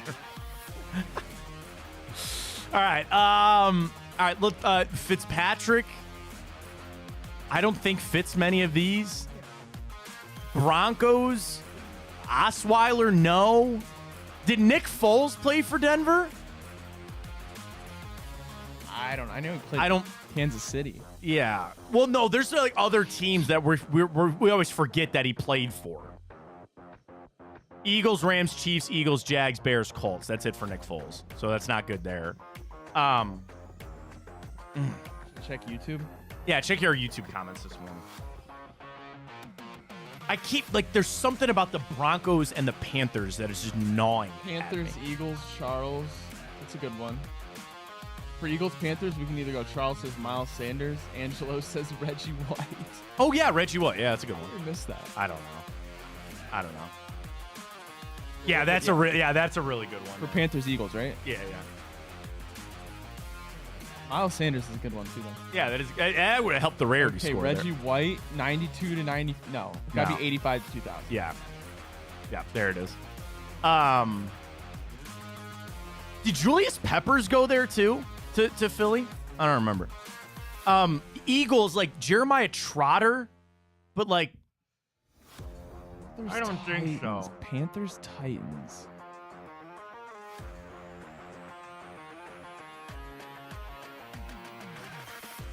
Devin Funchess? Isn't that a poll there for you? I don't know if he played for the Titans. I don't think he did either. Like, both those teams have run through so many quarterbacks. Did Delhomme go there to Tennessee? Jake Delhomme? If I had to rip one, that'd probably be the one that I would do. Oh, Charles says for Titans, Panthers. No. Kerry Collins? Okay, I'll listen to that. Kerry Collins. Yeah, that's a good one. Kerry Collins. Okay. All right. Now we're back to the one that just keeps gnawing at me. Quarterback. Broncos, Eagles. Broncos, Eagles. If I was a Bronco and I played with the Eagles, my name would be...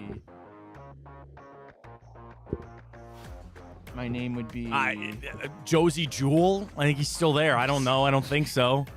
My name Lynch. would be... What was that one dude on the Eagles who got called out for being potentially racist?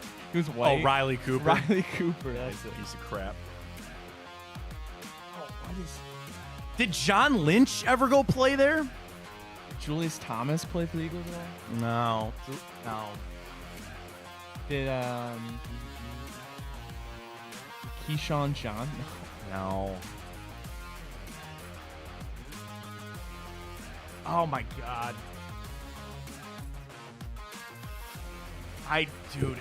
Man. We're out of time. Garrett Bowles, did he play for the Eagles? No, I think he's still in Denver. Oh, damn, man. Damn Should it. I just try Aqib Talib? If you want, I don't think he played for the I don't think he did either. But, like...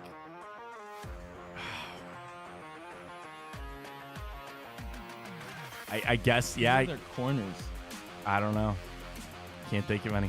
Gonna have to let it rip. Yeah, damn. I'm gonna go through the roof when he gets to one of the names. Oh, you gotta go check it. You gotta check it. I was just seeing if Oh. anybody in the comments had one. Looks like we're all stumped. Broncos, Eagles, Brian Dawkins. That's it! Is that it? That was it. It wasn't Lynch. It was Brian Dawkins. Bill Romanowski, Seth Joyner, Marco Coleman, Broderick Thompson. I knew it! God bless it. It was there's Brian not Dawkins. I many that knew we would that. know. That was a really hard one. No, I should have gotten Dawkins. It wasn't Lynch. It was Dawkins. Damn it. Yeah, other than that, I mean, I don't. I know, but I knew that. Damn it, there was one. I knew it. I knew there was one getting at me. Frickin' Brian Dawkins. Damn it. That was it. All right. Angelo said it, but a little too late. Yeah, it's all good, man. All good. I appreciate it. All right, let's do this. Catch our final break. We come back. We'll run through time up, and we got to talk a little Bronny. We'll do that coming up. Stay with us. Fontana Show right here on Big Play. Well, how do they know I'm doing this? Did somebody leak this out? It's social media. Oh. It's just that's the way social media works now. I thought maybe you were just running that yep.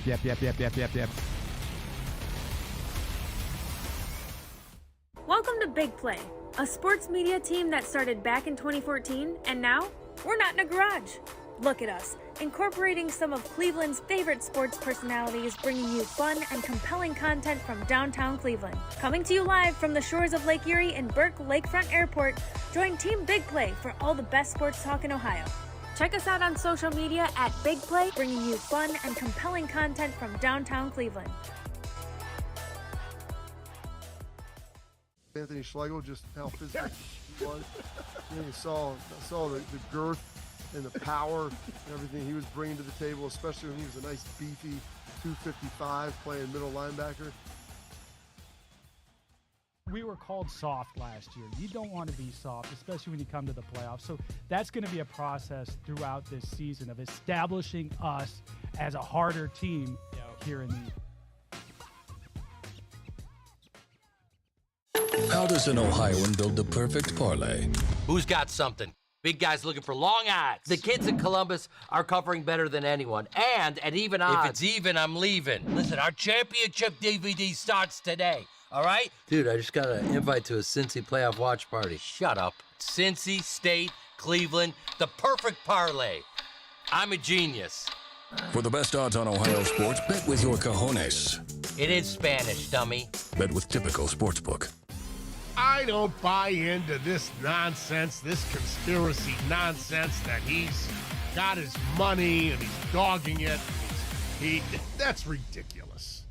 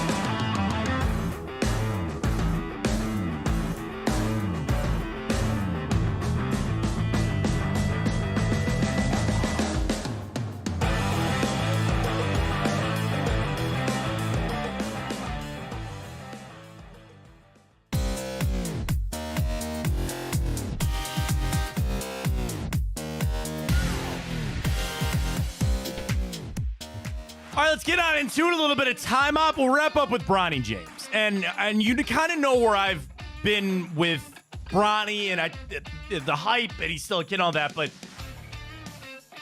we'll get to it. Let's get it. He's staying in the NBA draft. He's declining workouts. We'll get to all that coming up. But first, we jump in a little bit of time up here on the 29th of May. Dude, slipping away from us already. June. Crazy. June's a busy month for me, man. My birthday, my kid's birthday, my wedding anniversary, Father's Day. A lot coming up. When is that? Father's Day? Yeah. This year. What day like is that? 3 weeks, I think, something like that. I think it's Sunday the 16th. Yeah, it's Sunday the 16th because I never know what to do on Father's Day. It's also my wedding anniversary this year. So doubly done. We're going to dinner the night before, which is pretty exciting. Like anything, as I become a dad, my wife's like, what do you? I'm like, honestly, just nothing. Like, I just want to go to lunch with you and the kids. Like, that's it. Just, and granted, with 2 kids under the age of 3, like, it's. You don't want to go clubbing? No, I'll go golf clubbing, sure. Like, that would be that's my version of clubbing now, Ryan, is like, if I can go play golf, sure. But one of the busiest weekends of the year for golf is Father's Day, so I don't want to be out there. But nonetheless, here we go. This day, 2012. I've got 2 things COVID-related from 2020. So first off, there's a report that the Dolans said that they would continue to pay their minor leaguers through the month of June. Remember that time they weren't playing, you weren't getting paid. So that was a great, gesture there by the Dolans. And then also this day, 2020, the Browns announced their return to facilities plan, where in a couple of days, limited employees would be back into the building. You remember, like, you talk about the history of things. That's something you're going to be able to do one day. That's the history you're going to be able to tell people. My freshman year of college. Living through COVID. We had friends that were pregnant, had their kids in COVID. Like, times to be had, man. This day, 2017, Tiger Woods was charged with driving under the influence after he's pulled over. That was the video where he came out and he was like said he was on medicine and all that kind of stuff. Like, hey, man. The exit from grace, so I don't want to say downfall from grace, but for any athlete, like, how else was, granted, the infidelity, the broken leg, the back stuff, like, yeah, man, Tiger's about done. And it's probably not the best way you want to go out, but he's still on his way out. It is what it is. This day, 1990, the GOAT, Ricky Henderson, stole his 893rd base, breaking Ty Cobb's all-time record. I know, is it Ellie De La Cruz? Who's stealing all the bases? Isn't it him? Yeah. He's insane. Like, he's on pace for 100, right? He's absolutely not. Yeah, but, dude, 8-9. And that's just what Ricky didn't he was over 900. You'll never see that, man. You imagine 9 years of 100 bases or more? And you go look at the years of Ricky. Hang on, let me pull this up. Wasn't there a year he had 150? Here you go, Ricky Henderson. 5'10", 180. Stolen bases, 180, 130 and 82, 108 and 1983. Jeez. Finished with 1,406 stolen bases. Yeah, I don't think that's getting touched. At the age of 42, he stole 25 bases at the age of 42 for the Padres. That's crazy. Man. Again, never happening. MVP in 1990. 1990, how about this for Ricky Henderson? He won the MVP. He was an all-star and a silver slugger. He stole 65 bases while hitting 28 home runs, 33 doubles, drove in 161 RBIs. He had 119 runs, which led baseball. He had an on-base percentage of .439 and won the MVP in 1990 for Ricky Henderson. Another record that probably won't ever be touched, but this is college. This day, 1987, Robin Ventura set an NCAA record. He hit in all 57 games of a season in 1987. Now, I just remember Robin Ventura just getting Nolan Ryan. He did what? He hit in every game of a 50-game set. So basically, had a 57-game hit streak. That's crazy. But he hit in every game of the year in college. But this day, 1987. This day, 1980, I would say maybe certainly their college days started the rivalry, but this didn't help. Larry Bird won the Rookie of the Year over Magic Johnson this day, 1980. I remember that. How would you remember that? Oh, from the documentary. I was gonna say. Not from I don't know. I guess For it your didn't make any prior sense life, to you. That maybe? didn't Yeah, make any prior sense to you. life? No, I was from like- Winning Time. Oh yeah. Have you Yeah. seen that? No. Great. Yeah. Great. This day, 1953, Edmund Hillary. What did he do? Do you know the name Edmund Hillary? Is that the Mount Everest? Dude? He summited Everest for the first day of this day, 1953. Imagine the balls to have to go up there in 1950 That's crazy. for the first time. I'm just still laughing at me saying I remember that. I remember that. I was like, With is no it a prior life? context. Do you believe in prior lives? Do you believe that we are all just reincarnations of prior people? Yeah, to a point. I don't. To a point. I think there's energy transference between things. I don't think so. Like, wouldn't it manifest in dreams? Wouldn't some of it come? Now, the biggest thing that I do believe in is deja vu. There are things that I will do or situations that I've been here before. I've done this exact thing before. And people that could also be in a different timeline. There's a theory ghosts are just people with different timelines that accidentally slip. My mom not swears that, but like she would tell me like when her grandmother passed away, when she would go to her home, she's like, I felt her. Like she was there. Real, dude. That shit's real. I don't know about ghosts. I don't believe in ghosts. Not ghosts in the sense of that they're like haunting spirits. you. Yeah, that's what she said. She goes, I was never afraid because she goes, it was my grandmother. I knew she wasn't gonna hurt me, but I know I felt her there. I mean it's been all but proven that there's alternate realities, man. I don't know about that. It's all but proven. Bro, they have black budgets in the government now where they're playing with wormholes and shit. It's ugly. That stuff, the astrophysics stuff of like, jumping in a wormhole and going here, the space like ever expanding. Like I can listen to like Brian May and Neil deGrasse Tyson talk all day. I'll tell you right now, and and say put on your tinfoil hat. I'm telling you right now, dude. There's like a deep government state that clearance and shit. I believe the that. president doesn't even have access to. Plausible deniability. I believe that. I believe in Area 51. I believe that there's a lot of things out there that and they they're don't pouring tell us. trillions and trillions of dollars into these black budgets illegally because they already have science and technology that won't be released to us right now, probably for the next 50 years. Well, yeah, they go, we can't handle this. Right? Look how far we've come in 20 years, man. Look how like this stuff right here, man. I mean, we're in a simulation. And but like I think so much about like the escalation of that. You know, I follow like, parenting blogs. The one, this lady goes, I'm some sort of therapist or some sort of like trying. She goes, the one thing I will tell you is keep your kids away from the phone. And it's inevitable. It's inevitability that they'll get social media and they'll be on the phones and stuff like that. But they're like, just think about this stuff, man. It's scary. It's really scary. But again, imagine them summiting Everest. You don't know where you're going.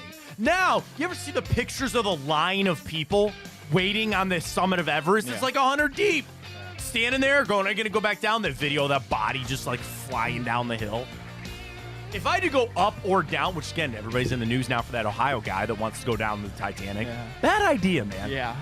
Bad idea. Yeah. Like,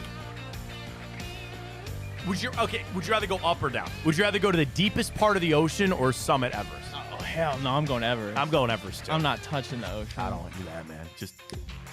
There's a reason we still ain't been down there. Yeah. I'd go Everest.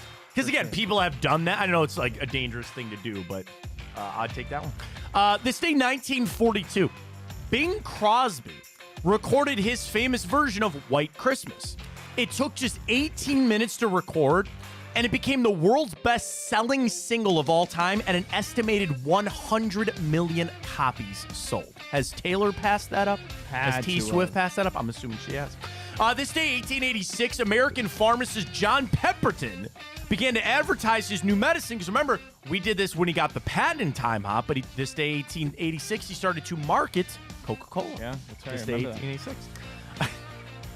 This is an important one. This day, 1851, the first ever Black Women's Rights Convention was held in Akron, Ohio. This day, 1851. So a little bit of history here from Northeast Ohio. Very happy birthday goes out to Al Unser Sr., IndyCar driver, Ken Schrader, NASCAR driver. The thing about Ken Schrader, he was the guy that ran up to Dale Earnhardt and opened the window net. He was the guy that was involved with the wreck, and he ran up and opened the net, and not good. Carmelo Anthony, Paul Skeens, Livy Dunn's friend, Austin Reeves, Livy Dunn's friend. That's just what I'm going to refer to him as. Austin Reeves, They're Mark. official. They're official. Oh yeah, I'm sure power couple, right? Unlike Mark Davis. You see all that Dove climbing stuff going around? Dove's been through the... They said he sold his account. Yeah, For those that don't know, Dove Kleiman is an aggregate. I unfollowed him. I'm done with this. I'm done with this bullshit. So he was like this aggregator. He got all these hundreds of thousands of followers. We're basically stealing stuff from other people. And like, I used it just because it was a nice place to, again, get a lot of football information. And shout out to Ben Axelrod. Dude, we should have Ben on tomorrow. He did a deep dive on this Dove Kleiman guy. Yeah. He sold his account a long time ago. Just somebody who just runs it out because he's got a lot of followers and all this other crap. But anyway, they put out the thing that Mark Davis's creepiness on his Hopkins, yeah. That his girlfriend is pregnant. But then it came out that it's not his kid, but now she's not even pregnant. I can't follow. No. So she is pregnant. She is pregnant. But it's not his kid. The father is Joey Gallo, MLB player. Oh, really? Yeah. Okay. So wait a minute. Did they start dating after she got knocked out? Man, I don't know. I don't want to think about it. I really don't. How the hell did we start talking about that? Dove Kleiman? Dove Kleiman? Yeah. Oh, I said power couple. I said power couple was with Livia and Paul. Yeah. And then that's what he tweeted. So great for them. Austin Reeves, Markelle Fultz, Danny Elfman. Not of just Oingo Boingo fame, but he gave us the Batman theme, which is the best of all time. Bob Hope, Annette Bening, Mel B of the Spice Girls. There's a power ranking there. I always thought Mel B was the hottest one. Oh, she's so She fun. was always the hottest She's one. so fun. Like, Victoria Beckham would probably be second. Baby Spice never did it for me. Mel C was fine, and then I can't remember the other one. But Mel B was definitely the hottest. And John F. Kennedy, celebrating a birthday today. All right, 2 movies for you today. We start with this day, 2009. This is a Pixar film that was in our bracket a couple of weeks ago. You just want to guess on that? What year? 2009. I think a sequel is coming if it's not already been had. Chicken Little? No, good guess. A little late for that, but Balloons. Oh, Up. Up is that correct. was in our bracket. Yeah, it was in our bracket. I thought you said it wasn't. Oh, no. I'm sorry. It is or was in the bracket. Released this day, 2009. All right, final one. This day, 1992. All right, I'm going to have to kind of work through this a little bit. Because if I just gave you the premise, I think you would understand this movie pretty quick. What if you just gave me the actors? You might get it again. I don't. It's underrated cast as hell. So Harvey Keitel was in this. He played the bad guy. Kathy Najimy, who was in Hocus Pocus and voiced in King of the Hill, she was one of the other. I can't say the word of what she played because they give it away. And then Maggie Smith was in this too. Now she was the grandma in Peter Pan. She's done a lot of other stuff. And it starred Whoopi Goldberg as a lounge singer on the run from her mob boyfriend, and she finds asylum in a very unusual place and group of people. Oh, God. It's a tough one. It's a great movie. It's an awesome movie. She's a lounge singer, and she gets in it with her boyfriend, Vince LaRocca, who's played by Harvey Keitel. And then she outs him to the cops, and the cops put her in witness protection. And they send her to an unusual place for witness protection. I have no idea. I don't think I've ever seen Whoopi Goldberg in a movie. She becomes a nun. She hangs out. The movie is called Sister Act. Ever heard of it? Nope. Okay. So she's on the run from her boyfriend. They put her in witness protection. She has to become a nun. So, like, the movie is kind of funny about she's a singer. So, like, I was at a contest. They needed to, like, win some money. So, like, part of it was she rallied the rest of the nuns to teach them how to sing. And then they go and they win the money and all that kind of stuff. But the whole time, and a good chunk of the first act of the movie is she's, with the nuns and she's belching and she's, like, not acting very nunly, if you will. Not nunning? Not nunning. They did a sequel. Didn't think it was as good, but the first one's pretty good there with the Sister Act. So Up in Sister Act this day in history. So there you go. All right, let's talk Bronny. And so this is all coming out. It's really coming to a head because he had a deadline, and I think the deadline was tonight, but he's obviously already made the announcement that he is going to stay in the NBA draft. And there were some thoughts that, he would go back or like whatever. So now he's in. And we all know the hype around Bronny and, his dad and all that other kind of stuff. The thing is, he's now reportedly declining workouts. So as all these players, he was at the combine. He got medically cleared. Apparently, by some metrics, he was one of the most athletic and explosive players at the combine, and he was shooting the three pretty well. But per Shams, Bronny was scheduled for 10 workouts with NBA teams, but he's declined all of them except 2. The Phoenix Suns and the LA Lakers. And I guess, again, apparently, allegedly, legitimately, Phoenix might take him at 22. So, I don't break down NBA prospects. I will leave that to the experts, right? But there were people saying, like, they were usually unnamed sources, take that for what it is. But unnamed scouts that go, Bronny would only get drafted because of his dad. Like, he's not an NBA player. He's a little undersized. He, again, he's athletic, sure, fine, but he doesn't really fit. It comes back to, would Phoenix draft him to potentially get LeBron to come there? Well, then what comes out last night? And Rich Paul, who's been a busy man this offseason with everything, he basically said, LeBron's not going to Phoenix. Yeah, why in the world would he go to Phoenix? Well, then they'd have to get rid of Kevin Durant. Would him and Booker get it done? I don't know. I think he's staying in L.A. Now, that inherently puts the pressure on the LA Lakers. Here's a question, Ryan, for you. And if you want to tweet this out just to see how people, maybe we can talk about it tomorrow. Would you have a problem if the NBA just came out and said, you know what, we're going to get Bronny to go play with LeBron? Yeah. Would you have a problem if they just called it for what it is? I think I would. Now, this is not Victor Wembanyama. This is not Zion Williamson. This is not somebody. Okay, fine. But if it just came out, do you want to know what I thought of? We were talking about baseball, Little League earlier. Remember when you had a brother or a sister and you played on the same team and they said you get to go to that team no matter what because your parents, you can't be driving. I remember that. I got put on a team for rec league and all 4 of my brothers played on that same team because it was just one after the other, right? So what if they just said, we're just going to call this for what it is? This dog and pony show, this, trying to get him to go here or get him to go there. If he wants to play with Bron and Bron wants him to play, let's just call it for what it is, and he's going to go there. Now, that is inherently rigging the draft. You're telling all these teams, do not draft this player. There could be a team out there that goes, we love Bronny. We love his potential. We love his three-point shooting. And you're telling us we're not allowed to draft him? That gets very dicey. I'm starting to get sick of this stuff. And it's not, I don't blame Bronny. I'm very sympathetic to the situation that he's in. Spotlight's been on him his whole life. Dude, he's 18, 19 years old, and you got people, he's not very good. He sucks, not ripping it. Like, dude, his dad's the greatest to ever do it. Like, let's calm down over there. And I remind people, he was obviously good enough to get a scholarship to go to USC. He's good enough to go to the NBA Combine. He's good enough to maybe get drafted. There must be something there. But why don't we just call it for what it is? If that's truly what LeBron wants to do. And obviously, Bronny is getting advised on this. Why would he cancel workouts?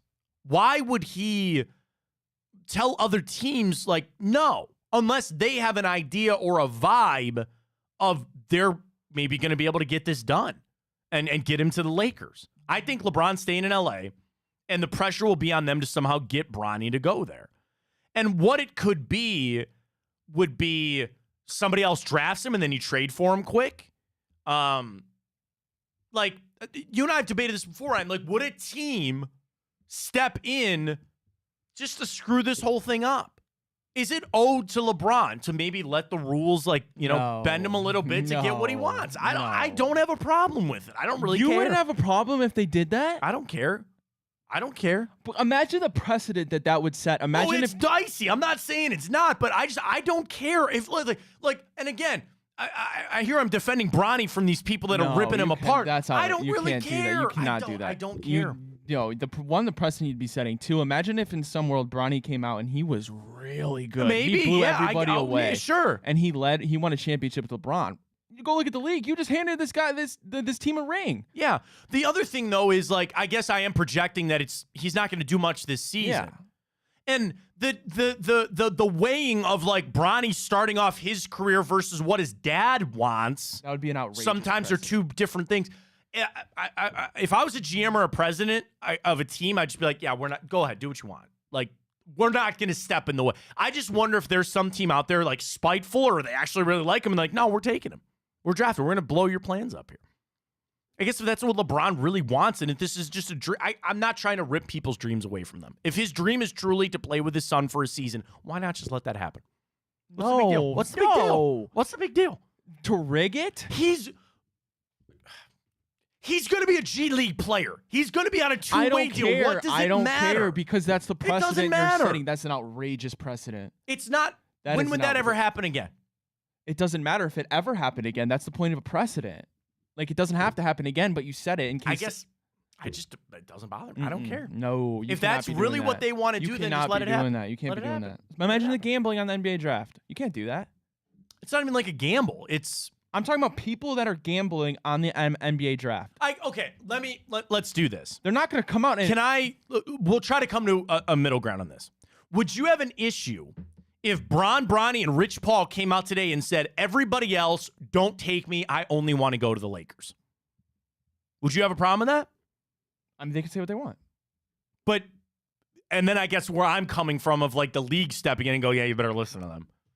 That's the thing. I don't. If he wants to play with his son, go do it. I mean, if they want to come out and say, I mean, if you have the balls to come out and say, I don't care, I'm not playing, don't draft me. Yeah. And you're not even good relative to NBA, I mean, that's crazy. What are you setting your career up for? Right. Talk about being selfish for this 1 year with Pete LeBron. Nance showing up. Pete Nance or Amani Bates going, this is what I'm going to call my shot. This is what I want to do. If LeBron does that to his kid, then shame on LeBron. Well, that's the balance I think is happening here. It's clear that I think LeBron, that's already happened. The best thing for Bronny's career would have been to stay at USC. They've already derailed that train. You've already derailed the start of his career. It would have been beneficial for him to start at USC, but I understand maybe you needed it to happen sooner than later, realistically, to meet your goal of playing with your son. But to come out and say, I'm not going to play for any of these teams. But how else would you? That'd be like you're half stepping in here. If you're going to go all the way, if you're going to already take the steps that you have to say we're going to get Bronny's career off to a tough start versus what the league would allow. I'm saying the league would not allow that. Teams can be like. They can say what they want. I get it. I fully understand what you're saying. And that's right. That's like them coming out and basically telling teams don't do that. And you can't. I understand. But I guess is he lay commissioner now? Right. Like, went from LeBron to lay GM to lay commissioner? I wouldn't have a problem with it. You're I don't care. You're nuts. I don't care.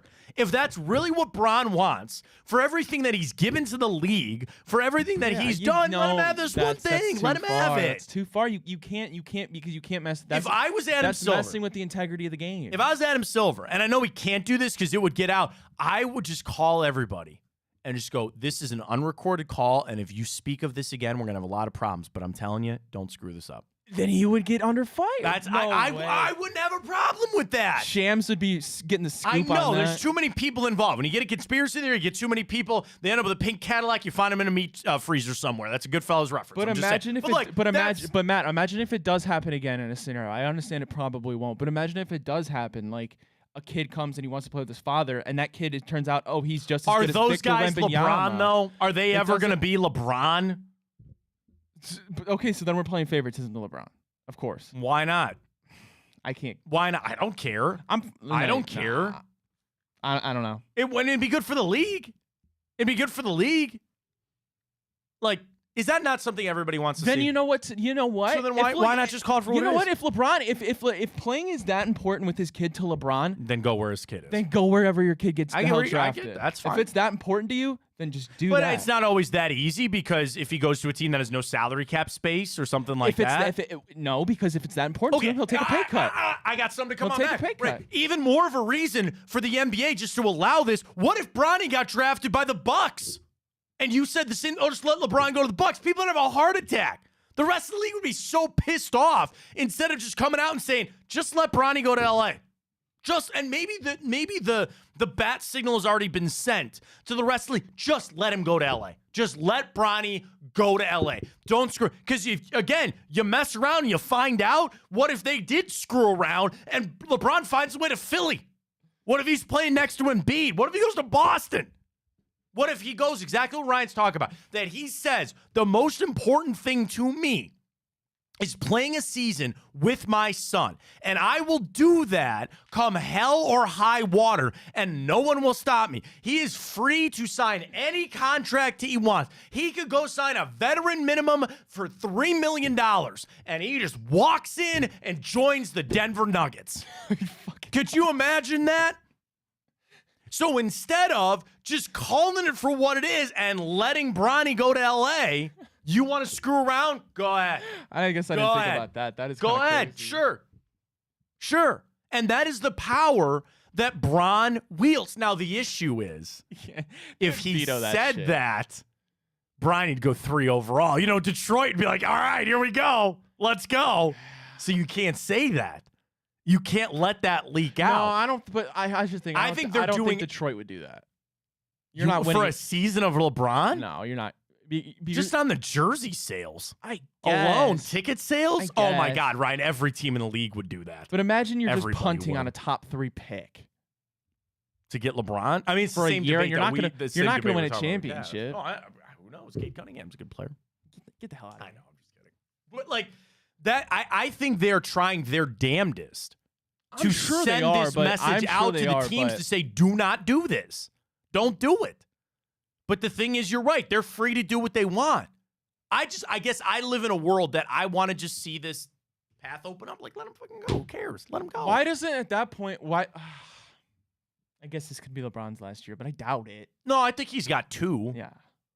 But then, yeah, I mean, okay, you're talking about Bronny going, but then is not some of the excitement kind of worn off at that point? We need to know make what a I mean? list of teams where they're allowed to draft Bronny because if they get LeBron, they won't be OP.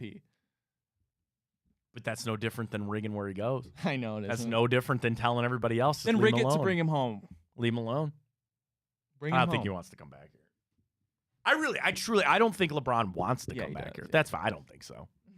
I don't think so. There's hype around him in Cleveland and all that kind of stuff, which is because it is. I don't believe it. All right, we're way late. We got to actually go. I got a mock draft for tomorrow for the Guardians, which is interesting. Scheffler, all the charges are dropped.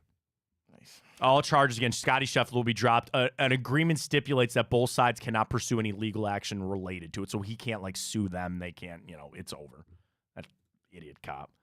But it is what it is. All right, we gotta go. That's it. Boost. Tipico, use it. Fontana 100, use that code. We'll get it done tonight for the guards. One last time for the people on the way out the door. Come on now! Jimenez, home run, yes! Come on now, one time for me. Jimenez, Nerfy, Guardians win. A lot of money to be made. Plus 2,700. Tipico, code Fontana 150. New customers get signed up there. Great stuff. Appreciate everybody joining us today. We're back tomorrow 9 a.m. Wednesday. Drennan today, right? Yes. Talk to Bruce a little bit later. For Ryan Tyler, I'm Matt Fontana. As always, take it easy. Well, how do they know I'm doing this? Did somebody leak this out? It's social media. Oh. It's just that's the way social media works now. I thought maybe you were just running that yap.